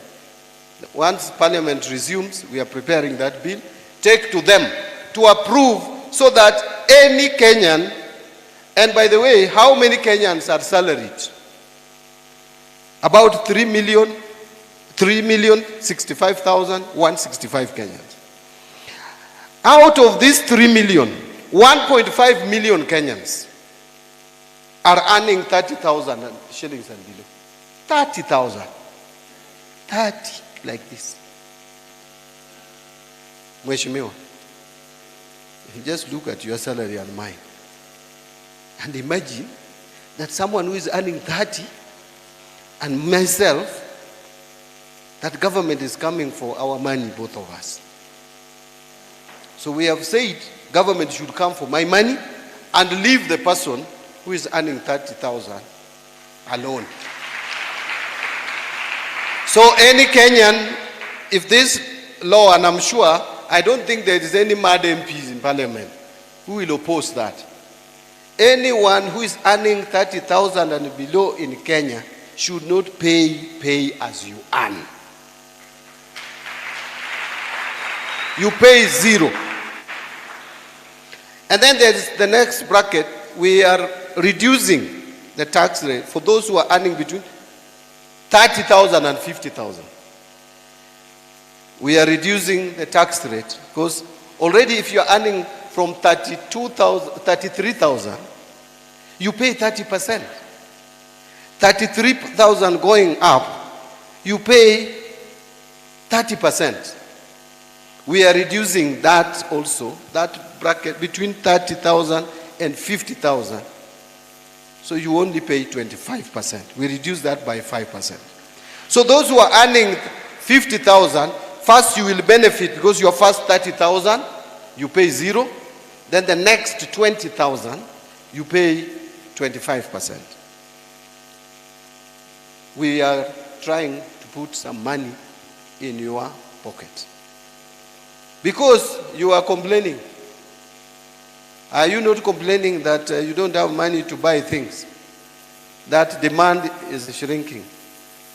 So, and many Kenyans, by the way, that's another 244,000 Kenyans. So we are trying to give a reprieve to 1.7 million Kenyans. And now, we look for other Kenyans out there who have not been paying taxes to also pay tax. If you know you are making 100,000, just because you are not on payroll, you want to always run away with 100,000. Yet, you are also using the roads like that salaried person. Are you not being unfair? So, the other people, and we will come to you, softness. Taxation is not military. So Kenya Revenue Authority will just use the system. Wakikuona uko mahali na hutaki kulipa tax, they will tell you, we have seen you. We may not go back, but start paying tax. Many of us here own apartments, and you don't even pay rental income tax, which is 7.5%. Please start paying. Utapatikana hivi karibuni. Now we are integrating the system. Hiyo records yako iko lands. Na kama iko lands, unalipa stima. Unless you stop paying electricity, we will get you. Na hata kama ulipi stima, unalipa maji. Na kama unalipa stima, si unalipa stima kwa nyumba, either unaishi ama rental. Kama unaishi kwa nyumba, hakuna mtu atakusumbua. Lakini kama ni rental, peana 7.5%. It's not even a lot. You are earning 100,000 from an apartment. We are only coming for 7,500. That is a tax. Give us that money. Imagine, you people should be paying us between 82 billion and 100 billion, and we are receiving only 17 billion. The rest of the burden, you leave to a teacher who is earning 30,000 to carry that burden for you. Na wewe unapata rental income hapa, ingine, in a month you are getting 300,000. Unakula yote. Na mwalimu ana earn 35,000, payslip ikirudi ni 12,000. It is not fair. So we are telling these people who are earning 30,000, nyinyi tunawaondoa. Wacha wale wanapata pesa mingi kama Mbadi, tulipe hiyo ushuru. If anything, hiyo salary napata sini yenu. Even if you don't pay tax direct, as pay as you earn, si utanunua sukari, bado utalipa tax, na hiyo ndiyo pesa inalipa Mbadi mishahara. So wacha Mbadi arudishe kono. I should be taxed properly. Hiyo mshahara yangu karibu 1,900 na kitu ikatwe properly. 200, 300 iende kwa serikali. Si ndio? To educate people. capitation. To educate, tupeana kwa help. So we are going for, actually let me conclude. By the way, the principles of taxation dictate that you should tax wealth. Number 2, kama pesa haijatosha, then tax income. But never tax trade. So we are trying to avoid taxing trade and reducing taxation on income, but tax wealth. Mshahara inafika mahali mheshimiwa, sasa inakuwa it beats income, it becomes wealth. Sasa kama una earn mshahara ya milioni 5, honest, hiyo ni income. Hiyo ni return on employment kweli. Na uko tu na kichwa moja kama watu wengine. Hata kama ni stress, I know there is too much stress. But hiyo sasa ni wealth. So we are coming for just taxing wealth. Just tax wealth. Those who can afford, they are to tax. That is what most countries do. Hey, I think I've talked a lot. Have I spoken to anyone in the room? So those of you who are saying, hii serikali ya Ruto imeweka ushuru juu, you should understand where this government found the economy. It was terrible. But we have agreed with the president that now that things are getting better, let's give it back to the public. Let's give back to those who are earning low income. Let's reduce taxes on the people. So this is the beginning. If we see our economy is even doing better, we will even go for VAT. Why not? See, we told you we will reduce salaries, we reduce VAT, we reduce corporation tax, corporate tax. We will go for that. But let's start with this low income earners. We remove the tax. By the way, if you check someone who is earning 50,000, that if you calculate that tax and about 2,000 more, if you go to the bank and you find you have earned 2,000 and more, so, to someone who is earning $1 million like me, that is nothing, isn't it? But to a person who is earning 50,000, it is a lot. Ama namna gani? So that is what we are doing. I don't know whether I've addressed, let me address some of the questions that you asked me quickly. Then I think Mheshimiwa, on the issue of the dwelling of the road, I'm following it up, why it has taken inordinately too long.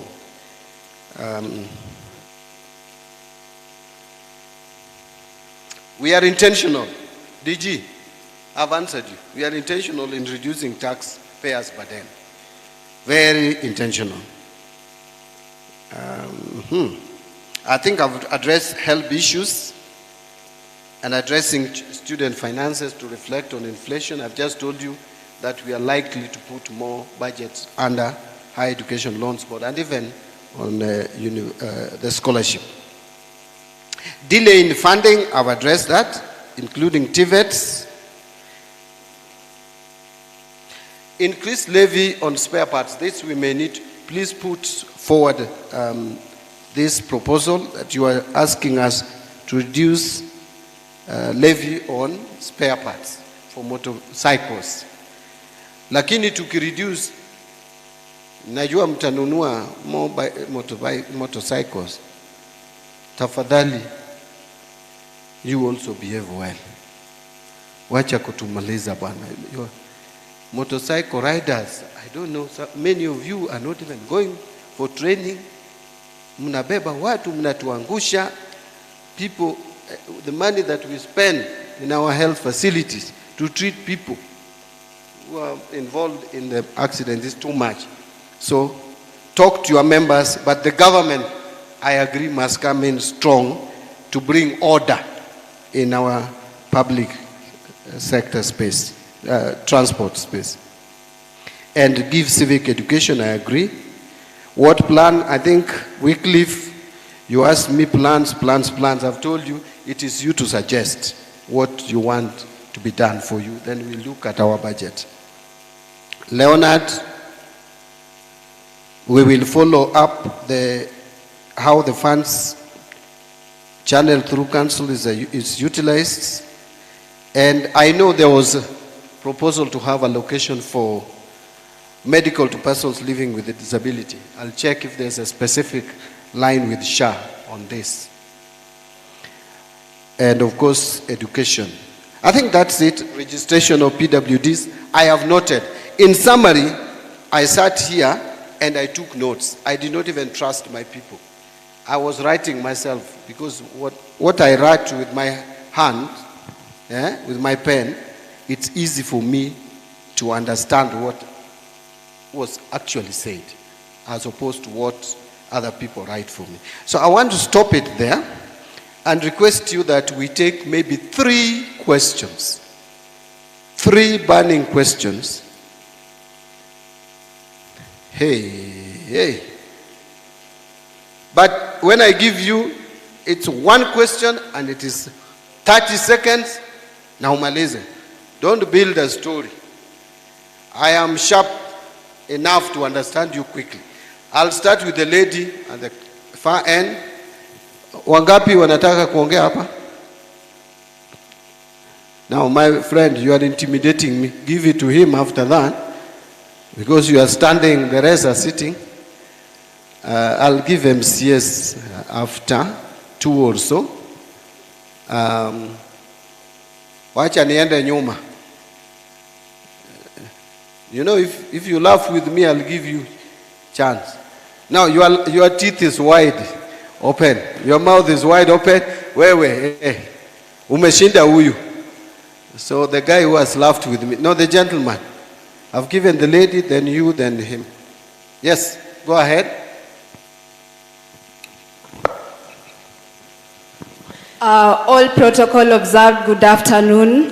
Good afternoon. My name is Barbara Simiyu, a student at Meru University. Kindly pull your, put microphone. Sorry. Yeah. My name is Barbara, a student at Meru University. So I'll start by appreciating Honorable Mbadi for the good work he's doing for the public participation as enriched in the Constitution of Kenya 2010 and the committee at large. So my question is, for a youth who has a company, how can he or she access the government tenders, given that out here we are being told that only people in government can access shares? Thank you. Did I get the question? Although you people are clapping, can you repeat the question? Am I the one who is slow? Okay. Because everybody is clapping and I didn't get it well. Okay, my question is, for a youth who has a company, how can he or she access government tenders, given that out we are being told that only people in the government can access government shares? Tenders. Government tenders. Those who? For youths who have companies. Yes. How easily can they access government tenders?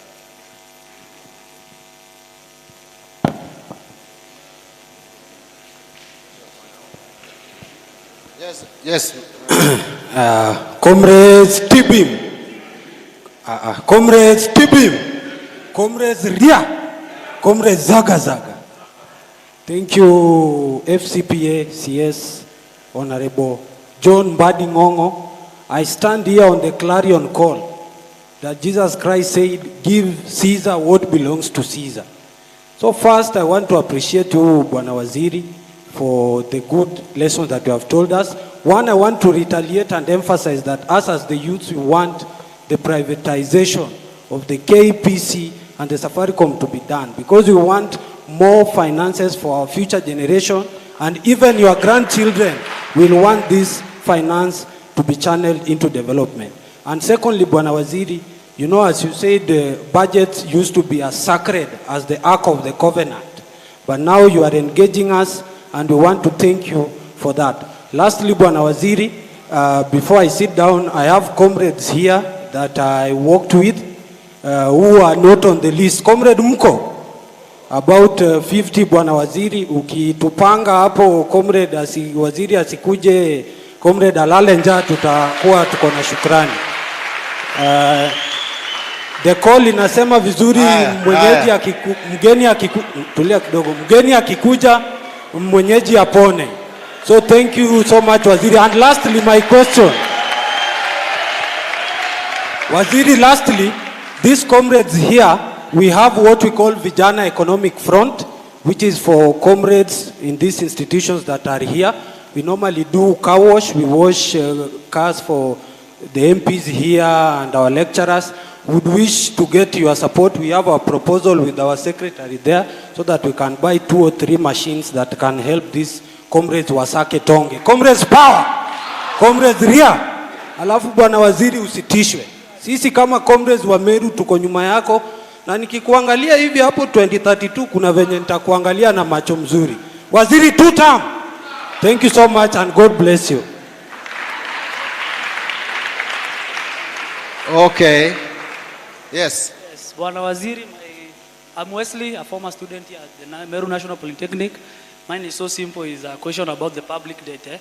So I'm not convinced and have not understood well why we still need loans like the one you got from the bank from China the other day. I still do not understand why you still need to get loans, and yet you have explained so well why you have privatized the companies, and Kenyans like us who make very less are willing to live within our means so that we can satisfy the other loans before from the other regime. Thank you. Thank you. Now, I gave three chances. Maybe I'll try if I can get another 3. And that will be it. So just sit down, I've seen you. Access to government tenders. I know there's a legal framework in place reserving 30% for AGPO, these special interest groups, women, youth, PWDs, and now we have added the elderly as the marginalized. But a lot of times what happens practically is the people who win these tenders, PWDs, youth, women, are not the people in those categories. You find one person has registered a farm, I have PW, and they tell people like me, they tell me, you know, help us. I have all the farms. If you want PWD, I have it. I have the one for the youth, one for the women. Our system has been compromised. So, 2 things. We are tightening the rules to make sure that only people who are in those categories register the farms. But e-procurement is another way. I know many people don't like this system. But the moment this system will pick up, you will find that it helps us in dealing with this interference. Because human beings being what we are, even if we try to tell you we will do this, we'll do this, you find so many of us don't want functioning systems because we get compromised by the people who are doing those things. So the best way is to remove or reduce to the minimum human interaction with the procurement system. The moment you reduce human interaction with the with the procurement system, then you make it more efficient and you make it more accountable. That's why I've been pushing this e-procurement. This first year it has struggled, but I am sure when we get to 2026-27, now it will pick up without excuses. By the way, many institutions are now using e-procurement perfectly well. The noise has gone down. In fact, some people wanted to blow it out of proportion, that, you know, we are not even absorbing development expenditure because of the system is frustrating us. You go and check our absorption of development expenditure part of the budget. The first half of the year, we only failed to absorb 33 billion, what we were supposed to absorb, which is one of the highest since. Because all the time, development expenditure is absorbed, it's not absorbed 100%. So where is this lie that e-procurement is stalling procurement? It is in the minds of people who want to still continue with a system that is compromised. That is the truth. I know we gave some exemptions. Next financial year, I will not give those exemptions. Everybody must roll into e-procurement, so that we help people who don't know who knows who in government. You must know who knows who. Muache kusumbua mheshimiwa hapa ati unataka tender. You go to the internet and you apply for tender, you get it, you can see whether you are losing or you are getting. Wacha kusumbua DG here ati unataka county tender. Wacha kunisumbua, wacha nifanye kazi yangu national treasure. Do the tender, use the system, do the tender. If you are losing, you are seeing. If you are not, if you are winning and someone is trying to mess up with you, you can shout because you can see it.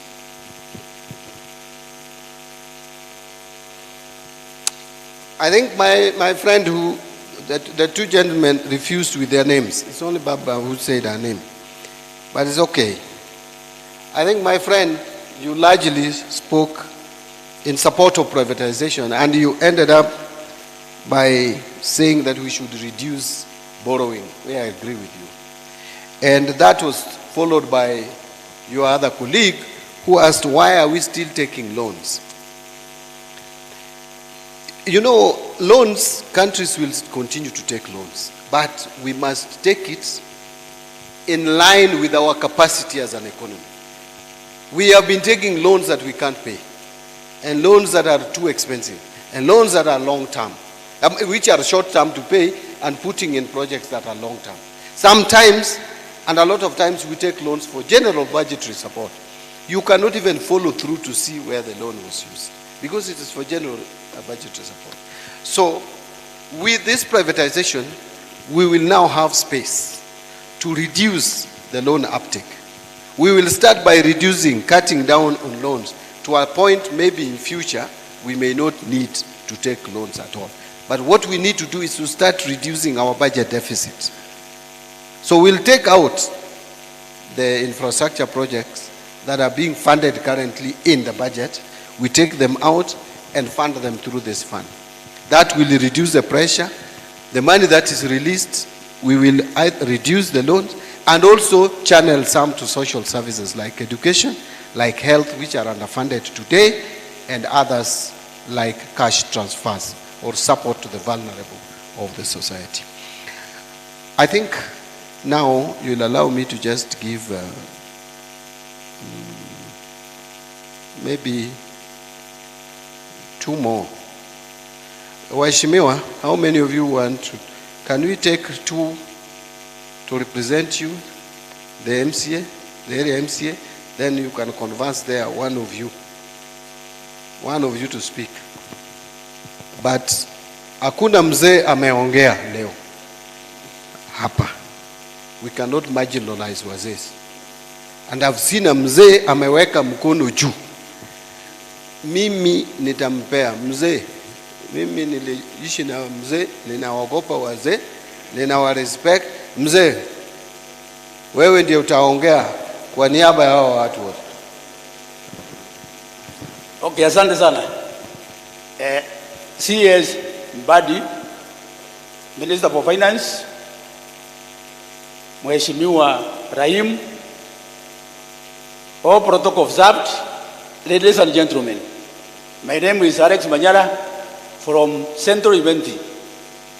I was sent by Mheshimiwa to represent him because he was far. I have just a few things to mention.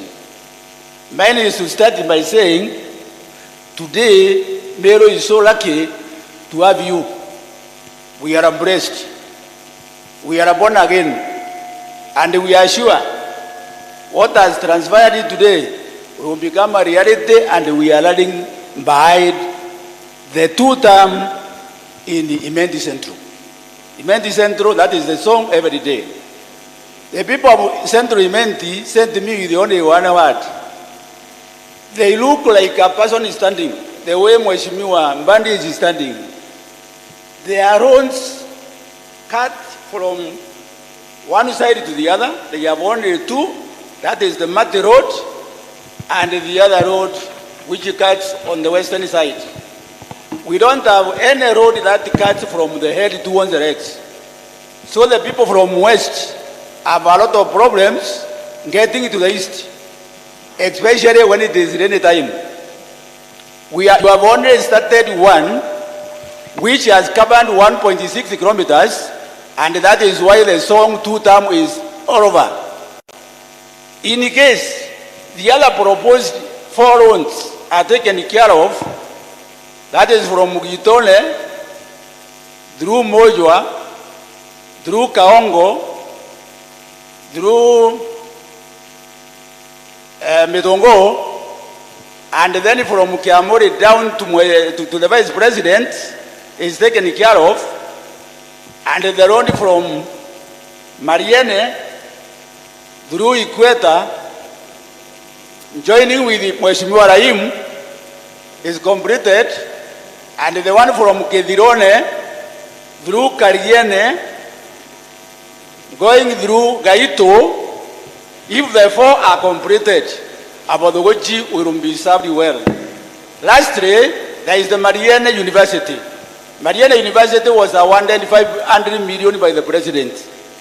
Sometimes back, we are still waiting so that the university can be completed. Mheshimiwa do something for that one. We have no hospitals. Hospitals in the area, we don't have anything of any level. We are asking that Gidongo becomes level 5 hospital. We have Kaongo level 4, Ndero level 4, and if those ones are given to us, we shall be happy.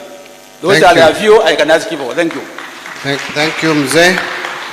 I think you have represented very well Central Elementi Central. What I'll do, I'll have a conversation with the MP to get the names of all the roads. You know, you mentioned them. I was struggling to catch the names, but that I will discuss with the Mheshimiwa.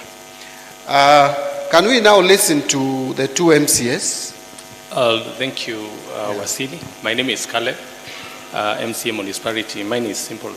We are working towards a Meru city.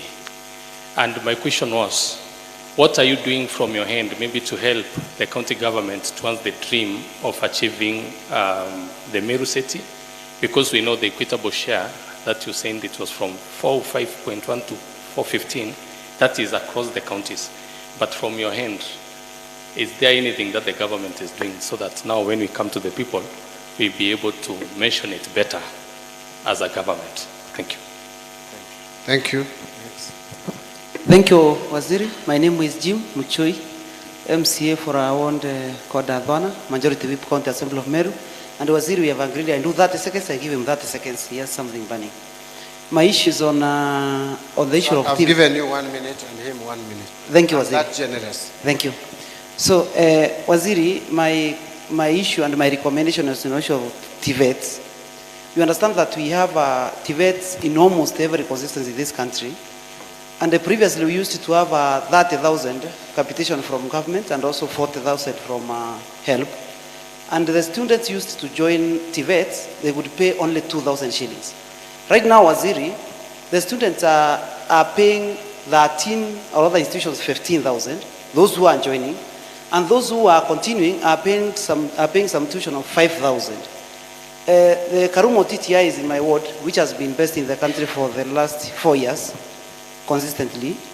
And we normally we have around 7,000 students there. We normally record 2,000 in the intake, in the initial intake.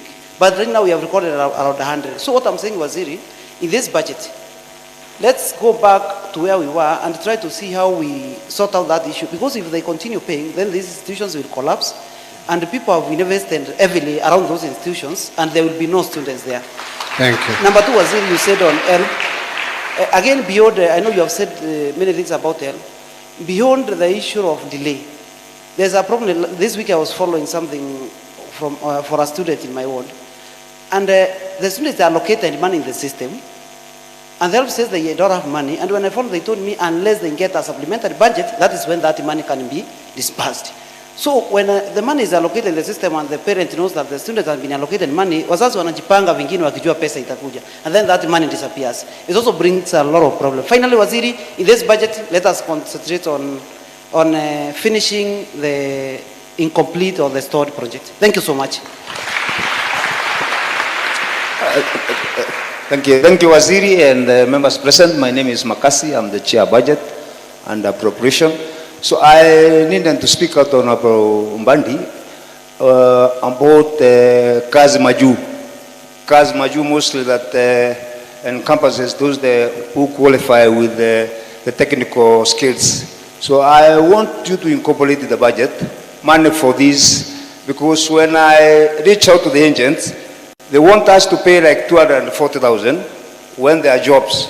These students can be able to raise money to get passports, but they cannot raise money for the agents. So I want you to consider in your budget, please appropriate money in your budget to help them to get air flight tickets and to pay the agents. Thank you.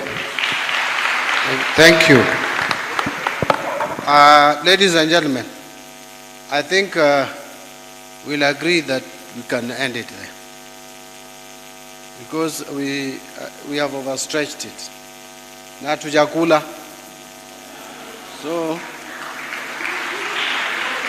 I think we need to end it somewhere. I think the reason why TVETs are now struggling is because of the expansion. The TVETs were not as many as they are now, and we are still expanding, which is a good thing.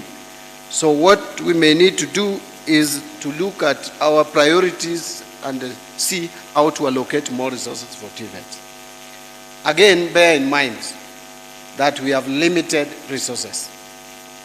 Unless you want us to take more, which I don't want to agree with. So we will add money to support TVET education, but it may still leave us with a gap. So we need to check how to reprioritize. But I've taken note that that is a valid concern, that we need to allocate more resources to TVETs. And I can't agree with you more. We need to complete the incomplete projects before now we start new ones. Kazi Maju, yes, there is intention to allocate some money. Actually, I think we may allocate some money even in the supplementary budget to support that initiative.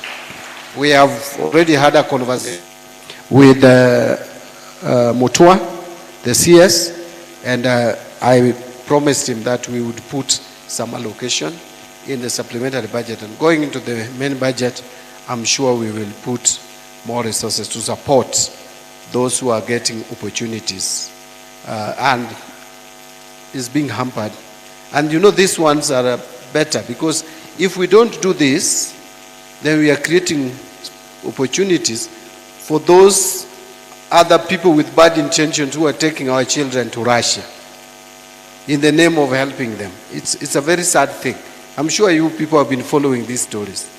It's not something to be happy about when Kenyans are being taken, being misled to go to funny places to fight a war they don't know, whose origin they don't even know, the name of looking for greener pastures. So if we can give more capacity to government for this formal, this structured way of getting Kenyans to get employment, the better. So I agree with you on that. Si ni kama nimejibu kila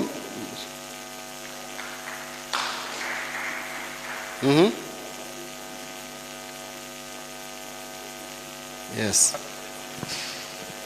Yes. For the interest of time, my name is Elias Murega Julius. I'm the CEC in charge of youths and sport. And I'll go straight to the point because my boss, I believe, had spoken much. Mimi ndio tulikuwa napanga hii kazi na Osborne Yogo is my friend. To the point, can you confirm, Waziri, about Kenoru Stadium? Kwa sababu Kenoru Stadium, as the people who are in sport, hiyo uwanja saa hii ni dry. Na there are a lot of things that have been said before, and it is now under Sport Kenya na bado haijafika kiwango as per the MOU we had with the county government. Number two, there is the narrative imekuwa ikiendelea na wengi wameona kwa social media. Can you confirm why is it very hard about the bursary being brought together, watoto wasome for free, kama it's possible, ama ni nini na kuangwa shida. And finally, the cost of implementation ya project inakuangwa very high. What I mean is a project ya 1 million, for example, in either national ama county, lazima iwekwe 16%, tukiweka profit margin ya 20%, administrative ya 5%, ile inafikia mwananchi inakuwa ni kitu kidogo na wanaona ni kama serikali inawaiba. How can you reduce the cost of implementation through a policy framework? Asanteni sana, and may God bless you.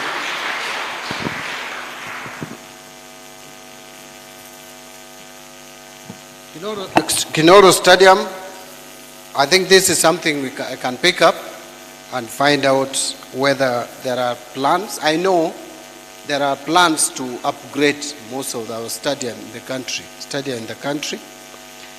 And you know, again, the sports fund has been misused over the years. Misused completely. People were doing funny things, sports academy, na ni fence tu ndio imewekwa na some funny shade, and 50 million is gone. So it is something that I know first we are spending some money. Sometimes we use KDF now to do some stadium. We are doing one in Kakamega. I know there's one in Siaya. So and there's one, is it Machakos or Kitui? Either of the two. So I'll pick up this. We see Kinoro Stadium, I think, needs serious upgrade. It's a stadium that has historical name. We have heard about it for years. So that is taken. Cost of implementation of projects is very high. True. By the way, let me tell you one reason why, and it's not because I was MP. I don't see myself being MP again, but this world you can't rule out anything. I may not run again for member of parliament. So whatever I say out of experience. The reason why National Government Constituency Development Fund is succeeding is because the cost of implementation is low. The cost of management is very low. Just go and look at the framework for NGCDF. We must minimize cost of implementation. And one of the reasons is what that girl said. Procurement is faulty. In this country, we do 1 kilometer of tarmac road at over 100 million. Why? Why? Because our engineers, our procurement officers, our accountants, those are the culprits. This country, there are criminals in these areas. I will tell you where criminals reside. Criminals reside in the accountancy profession, where I belong. I want to start with that, so that other professions don't come for my neck. Accountants. There are so many criminals among us. You leave accountants, you go to another category called engineers. Engineers estimate.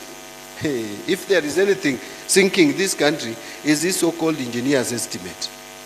Then you go to procurement. Procurement hapa, hata sisi tulifanya makosa mheshimiwa. We go and say the lowest evaluated bidder. Not even lowest bidder, evaluated. So how this evaluation is done? Procurement. Then another category, lawyers. These four professionals, if we change these professionals and we start behaving well, this country will develop. But these four professionals, groups, categories, accountants, procurement, engineers, and lawyers. Hapo ndiye kuna shida. If you belong to those professions, know you are the person who is putting Kenya where it is today. So we need to reform those professions, beginning at individual levels. Lastly, ni maneno ya basari.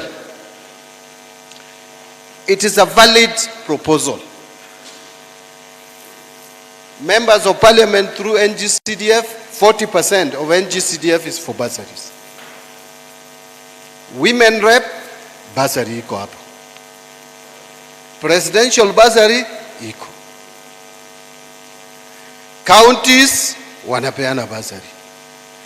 If we could be clear in our minds that we want to help give free education to our children, and we forget about these people running around with forms all over the place, kujaza na kucheza siasa. Niko na checks hapa, so and so kuja, alafu ninaenda nyumbani when I'm very satisfied that today nimecheza siasa. Hiyo ndio inaleta shida. We could surrender the money, but will the money be surrendered? Have that conversation. No policy decision has been made whether we are merging the bursary funds, because this is a conversation that I alone cannot make a decision on. Our MPs are here, the executive is there, all the other participants. So I want to end it there, because I told you I'm going to Nairobi and I don't even know what time it is. Ni saa ngapi? I will come back another day if you welcome me. How many would want me to come again? Na nikirudi this time nitacheza siasa. Hata mimi nitasema maneno siasa vizuri. Nirudi niseme 2 term. Wangapi wanasema nirudi niseme 2 term?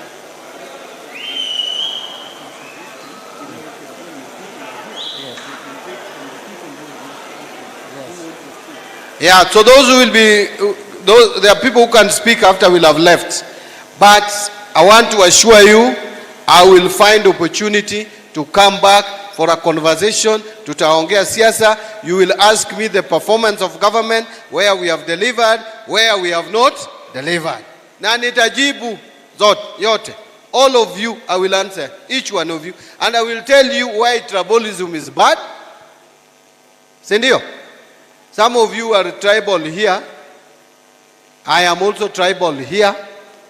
As if I chose to be born a Luo. Something you do not contribute to. Why are you proud about it? Did you choose to be a Meru? If you didn't make a decision to be a Meru, why are you being proud that you are a Meru, other people are useless? That I'm a Luo, other people are useless? What if my mother was married this side? See, I would be a Meru today. So achane na maneno ya ukabila bwana. This country, if it is going down, all of us, regardless of our tribe, let us look for leaders who can move this country from one level to the next. Nitarudi, mkikubali. Nitarudi, niwaongeleze. Asanteni sana. I know there are people who said that their names were not there. I will leave this with my team. They will also be sorted out. Now you said 50. Na hii list yako hii bwana. Hii nini? Hii ni yako eh? Oh, ile ya vijana. But we will get back to you. I thought you were giving me the names of the 50. The names of the 50, my people are here. They will sort you out. Wale wamekuja hapa, hakuna mtu ameget crash. Umekuja hapa because Mbadi came here. You came to see Mbadi and listen to Mbadi. Hata wewe lazima upate kitu kidogo. Ama namna gani? Thank you. Thank you. Let's remain seated. Let's remain seated, please. We